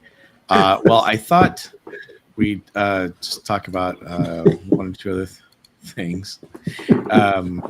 So this is also from Mice Chat, but for those of you who are collectors and love to buy everything that you can get, well, if you got into Club 33, you could buy some really cool items. But now, if you take a VIP tour, you can get collectible items for the VIP tour, such as spirit jerseys. You can get the Loungefly backpacks, the mini ears. You can get a lanyard, all sorts of things. So these are some of the items you can actually purchase that are part of the VIP. Now, I love collectible stuff. It's cool, but I'm not a huge plaid person, so I don't know if this would really appeal to me so much. But I actually really like the spirit jersey, at least the back of it with the Disneyland with it framed by the plaid, the outline that, like that. That definitely looks cool. I think that looks perfect. Mm-hmm. And then here's some of the other things like pins. The VIP badge on the front though, that looks weird. The what? The VIP, on the front. You're talking about this one? Yeah, on the spirit jersey. I don't really care for that. Yeah, doesn't look right to me. What about the look at the look at the little Mickey ears for the ornament? I don't know about that either. See, I think they're just, like we talked about this earlier, they're really trying to capitalize and get you to purchase. But I mean, if you look at everything, it's all the collector stuff. So if you've done the tour, they've got something for all the collectors. You've got pins, you've got the ears, you've got the spirit jersey, you've got the little ornament ears. They're nailing it. So the spirit jersey, it looks like is that 78? I can't tell here. Let's see. Can we zoom in? Not sure. It's loading. It's loading. Oh, could not be loaded. All right, never mind. We'll just back out of that one. But it looks like, sorry, I went right out of that. Let me get back up here. Okay, so it looks like for some of these, $160 for the pin set. Wow. For the big lanyard, it's $60 and $45 for that little bag, VIP bag. And let's see. Oops. Get rid of that. Is it $45 for that? That can't be that for that thing too. The ornament. Oof. That can't be right. I wouldn't think. Hey, come on! This is all behind a paywall. This is all stuff that's extremely exclusive. So, wow. Okay, then. I mean, if you've done the VIP tour, you're obviously someone who's willing to spend some money. So, yes. Well, I for one will not be getting it. As if I'm going on a VIP tour. You know, that's what we should do. We should get a group together and do the VIP tour. I think that'd be a lot of fun. You guys are like, no. Danny's like, do I have to pay? Well, here's the thing. We did the Main Street stories. Yes, that was awesome. Last year, which absolutely amazing. I will never forget that experience of being up in Walt's apartment. Just, but I never would have done it if I was the one making the decision to pay for it. You know, thanks to Mrs. Casual just saying, you know what, we're doing this. So, yeah. But big thanks to Mrs. Casual because she let me and Ariel tag along with you for your birthday. So I appreciate that. And it was a lot of fun. And I'm glad that we were able to join you. That was a great experience. Only because I got to hang out with you. Just kidding. Just hanging out with you and your family. But again, being in that apartment for Walt Disney was amazing. It was really, really cool. So that was Carol, something. You got something to put on your list there. Hey, as expensive as it is, it's, you know, to be in, like I said, to be in Walt's apartment, to see stuff that I had never seen before was just tremendous. Right. And once the train is done, they're being refurbished, then they'll be back doing those tours again for the train. And if you're wondering what they're doing, they're actually replacing some of the track that needs to be replaced that hasn't been replaced in a long, long time. Obviously, that one stretch where they changed it around Galaxy's Edge, that's all fine, but they're definitely replacing the track. And from my understanding and from my sources, that they're actually doing it in sections. So it's closed for several months, and then they're going to open it back up. And then probably at the beginning of next year, after the holidays, are going to close it down again, do some more of the track until they complete the whole track. So it's going to be open and shut down several times the next year or so. Speaking of construction stuff, though, I wanted to definitely bring this up to you guys and let you know that the entry gates on the west side of Disneyland's entrance actually closed today because they're starting to make a way for the phased new gates that they're putting in. So, they're actually going to be putting in stroller and ADA accessible gates, which are awesome. You guys have seen it. We did post on that, earlier this year, and work on this is expected to go into 2025. But it's starting as of today, which is kind of cool. So look forward to those new gates because they will be coming out soon. Yeah, and I think that it's going to be done in phases. So when these ones open, probably the other side will close to get get the new one. Did either of you get to experience the new gates at all? Going through them? No. Nope. The one, because that's the new one, right? Over by the one they had at DCA. Remember when they had the gates, the brand new ones open? Oh, that no. Yeah, and if you guys are wondering, on my Instagram page, you can go there and you can actually see. I've got like some videos of it, and you can see what the new gate's like. But it's really, really cool. I'm glad they're going to this, new gate. I'm hoping it's going to expedite things, but I think it's going to depend on the people coming in. And that always depends also, because sometimes you're behind, a family and like, oh, we got to take everyone's photo. And then, oh, these tickets don't work. Hold on. We need to get a, supervisor over here. So it happens whether they have the new gates or not, unfortunately. But these new gates are just like the ones they have over in Disneyland Paris, which I really like. I think they're kind of cool. So I think for the people who are, who become familiar with them, like us, we're going to be going through them all the time. It's going to be, fast and quick and expedited, but you'll be checking yourself in instead of having a cast member checking in like they currently do right now. So, but there will be a cast member behind the gates on the other side in case something does happen. So, and Corey posted the tour is $500 to $700 per hour with a minimum of 7 hours. So you're looking at minimum $3,500, but you can take up to 10 total guests. So it could come down to roughly $350 per person for 7 hours. Yes. And I'm with Jetta Jade. How much for 15-minute tour? That's funny. I'll give you $6.35. What's that get me? To be honest, I think that would be kind of cool. I mean, if we could get enough people together and and everybody afford it. Yes, and everyone can afford it. That would be kind of fun to do in a group and go around the park. Plus, what a great experience that would be. Do all the VIP stuff and be able to sit, in those seats for the VIPs and go on all the rides. Not that we don't know what the rides are like, but yes. Do you get some adult beverages on this $3,500 tour? Alan says. Gilligan tour, 3 hours. Right. Good night, Izzo. Thank you for joining us tonight. Yeah, you can do the Gilligan tour, but you get stranded on Tom Sawyer Island. So exactly. You take the good, you take the bad. Well, I think we're going to get into questions, Lauren. So we'll look at your question while we're asking everyone else. But if you guys have any questions, we are ready to hit that Q&A phase of the Park Streamers Hangout. So throw your questions into the chat so we can answer your questions. But before you guys head out, one more question I have is, are they going to bring back the Paint the Night Parade this year or next or the year after?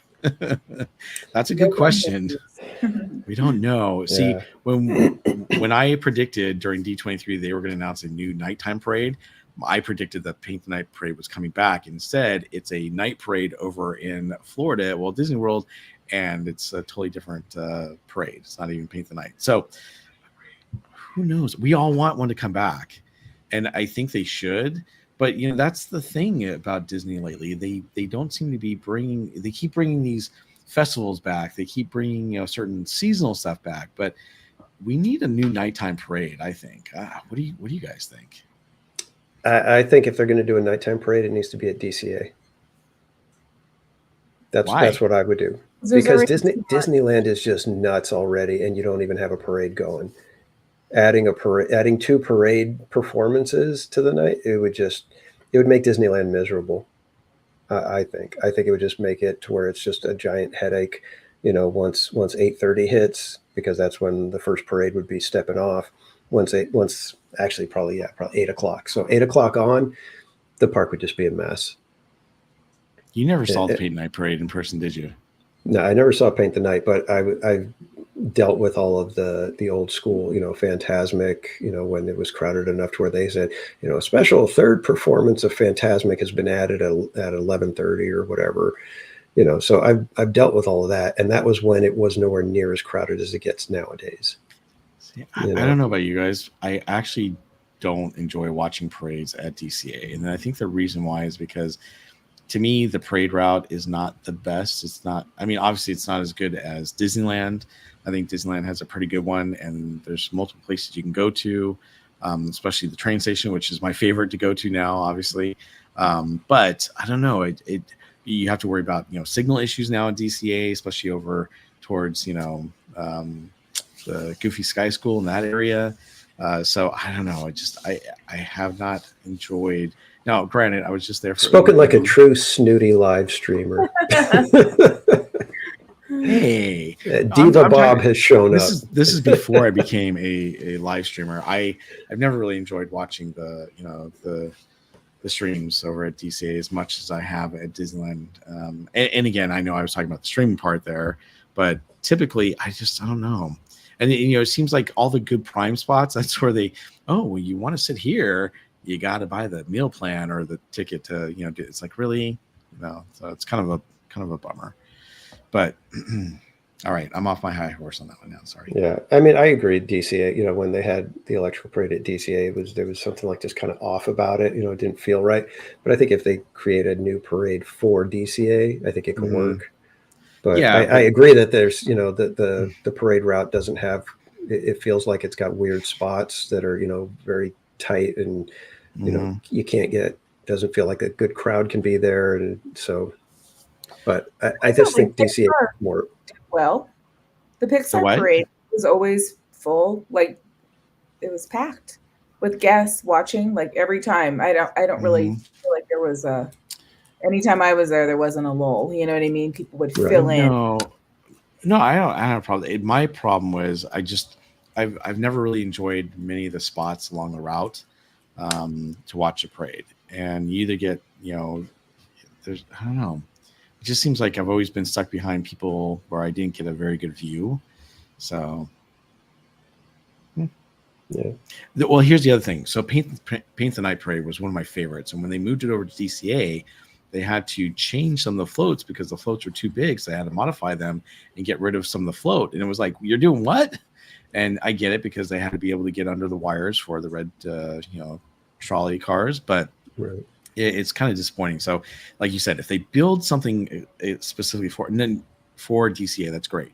And don't get me wrong, Oogie Boogie, that parade is amazing. It's fun. I love watching it. It's a really good parade. It's not the parades that I don't enjoy. It's just the parade route typically. So. All right. Question. What has been your favorite maze at Not Scary Farm? Well, I'll let Cordy take that one first. I feel like it changes every night. Oh, really? Like we've been rating them nightly because it just depends, right? If there's enough scare actors, like what's going on, like, when you go through. But I have to say Grimoire is like one that I kind of always go back to, where I'm like, oh, I really like that. It's just good. But Cinema Slasher is really great. Cinema Slasher is a classic. It's always going to be a really good one that I enjoy. I'd have to say, though, right now, and it's funny, I asked my dad last night, too. I said, what was your favorite maze? And he said, Widows. And I would agree with him. I really do like Widows. I like how it's done. Again, I thought it was going to be the one I disliked the most because I'm not a spider person, but it turned out to be a really good maze the way it was done. So, yeah. I don't know. I don't know how I feel about Widows. It's good. She's like, yeah. I mean, Eight Fingers Night, those two new mazes are really amazing. Don't get me wrong. I mean, Grimoire's amazing and great. Oh, by the way, Room 13 was actually working last night with the big head at the end that, has all the Devil's Elixir coming out. So thankfully they got that working again, because that's been one of my complaints the last couple weeks. My dad liked Mesmer last night. He liked a lot of them, even though Mesmer was good last night. Yeah, but I will tell you, so last week when I was there at Not Scary Farm and I was with Live and Dead fam, there was a lot of jump scares, and it was a lot of fun because I was like, wow, I'm getting scared more than usual. And I thought last night it was going to be the same way, and there weren't as many jump scares or as many, maybe just not as many employees working. And I will tell you, I don't know if you guys have experienced this, for those of you gone, but I've noticed that Sunday nights are a great night to go to Not Scary Farm, because the mazes last Sunday and this Sunday were only 5 minutes long all night long. That's crazy. That's usually not the case. In fact, Friday and Saturday were packed at Not Scary Farm. I'm sure, Cordy, you can attest to that. But yeah, last night, 5 minutes for every single maze. It was crazy. Yeah. From the opening. Yeah, that's what I was hearing from. Yeah, they were filling us in with your visit. So, yeah, that could be the night. About those lightning lanes, I have this radical new idea. I'm curious about your thoughts. What about, say, a little book of passes to get on different rides so you can have a tier system? Sounds like A, B, C, D, E ticket. Yeah. And welcome in Abu, Imagine RC, and Doom Boogie. Good to have you welcome along. in, everyone. Yeah, you know what? And I think I've talked about this in the past on our show, but when I was over at Disneyland Paris last year, they actually have a Premier Pass. They don't call it Lightning Lane, they call it Premier. And they give you a QR code, and you get a QR code for every single ride, and you can ride the ride whenever you want to. So you get to the park and you're like, oh, I want to use this right now. You could use them all right away and get on every single ride. You don't have to use it at a specific time. However, it was 254 euros, which was pretty darn expensive. So yeah, it's something that they definitely went to that premier and premium price tag for that. It was really well done the way they did it, and I'm glad that I got to use it when I wanted to. But they didn't have very many rides. I think it was only like 9 or 10 rides I actually got to use the Premier Pass. And it's usually some of the bigger rides. So it is disappointing that you couldn't use it on more rides. But then again, Disneyland Paris doesn't have as many attractions as we do here in Disneyland or Walt Disney World. All right. Any other questions in the chat? We've got Amusement Dark Pirates. Thoughts about the red car trolley leaving? So interesting about that. If you guys don't mind me starting off real quick. So I have been saying all along that the Coco ride, and I'll get to the red car trolley in just a moment, is going to be behind the roller coaster. Mice Chat is reporting something different, saying that apparently they feel it's not going to go there, that it's going to go back over to Hollywoodland. And if they do, that there's a better chance of keeping the red car trolley and the animation studios building there if the Coco ride goes over to the Hollywood area. So that would be interesting if they did that, because they have not confirmed. They said it's going away because obviously they're having to get ready for the Avengers Campus. They haven't said or made any comments as to whether it's leaving permanently or temporarily.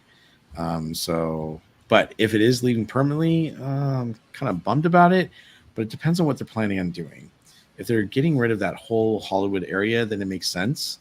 But if they're not going to get rid of that Hollywood area, then yeah, it would be kind of it was like, oh, what are these tracks here for? Oh, there used to be the old red car trolley, you know? What do you guys think? Go ahead, Courtney. I mean, I feel it's just like it feels like it's a part of it. I don't know. There's been it's changed so much, right? DCA, so many drastic changes since it's, been there. But so, I mean, I write it once in a while. Like, it's kind of one of those things, like you hear it, you see it. It's kind of a part of the vibe, but I don't know. I just have to see what they're going to do, because, if they're going to change everything, then it probably fits to remove them. But it fits well with how it's set up now. Yeah, I agree that, it fits perfect. It's great ambience for the entire area. I love what it adds to the whole Buena Vista Street. I just hope that how they construct everything and place everything that they're going to be doing, all the new stuff, I really hope they're mindful about it, because it just feels like they're just slapping things in here and there, overlaying attractions with stuff that just doesn't work.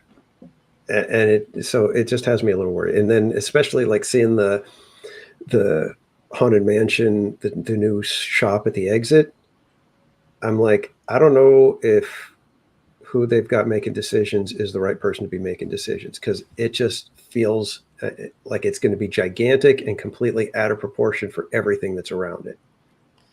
And so if it's the same people making decisions, I just get worried that they're going to do something, really wrong, and, like put Avatar where Hollywoodland is. That seems to me would be the worst possible place to put it, but, we'll have to see. So, well, I will tell you that I've been hearing, some rumblings going on regarding the new, store that's going to be at the end of the Haunted Mansion ride. And, it's supposed to be like a guest house. Now, guest house back in the day, if you're going true to form, were really, really small and not that huge or big. However, the other thing I'm hearing from my sources is that they're going to be putting stuff from Museum of the Weird into here. Now, if they're going to make it like the Museum of the Weird, type shop and museum, okay, that makes a little more sense. But if they're supposedly going with this whole thing of, oh, it's a guest house for the people who work there, well, then that doesn't make a whole lot of sense, and it's really weird, out of proportion, and too large. So I agree with Casual on that one. But I guess we'll just have to wait to see what their whole plan and idea is for that shop. So. Yeah, like I said, it has me worried, just because the decisions they've been making don't seem to be the best decisions, in my opinion. Your mileage may vary, but it's I question a lot of the decisions they've made, in recent years. I think a lot of us have.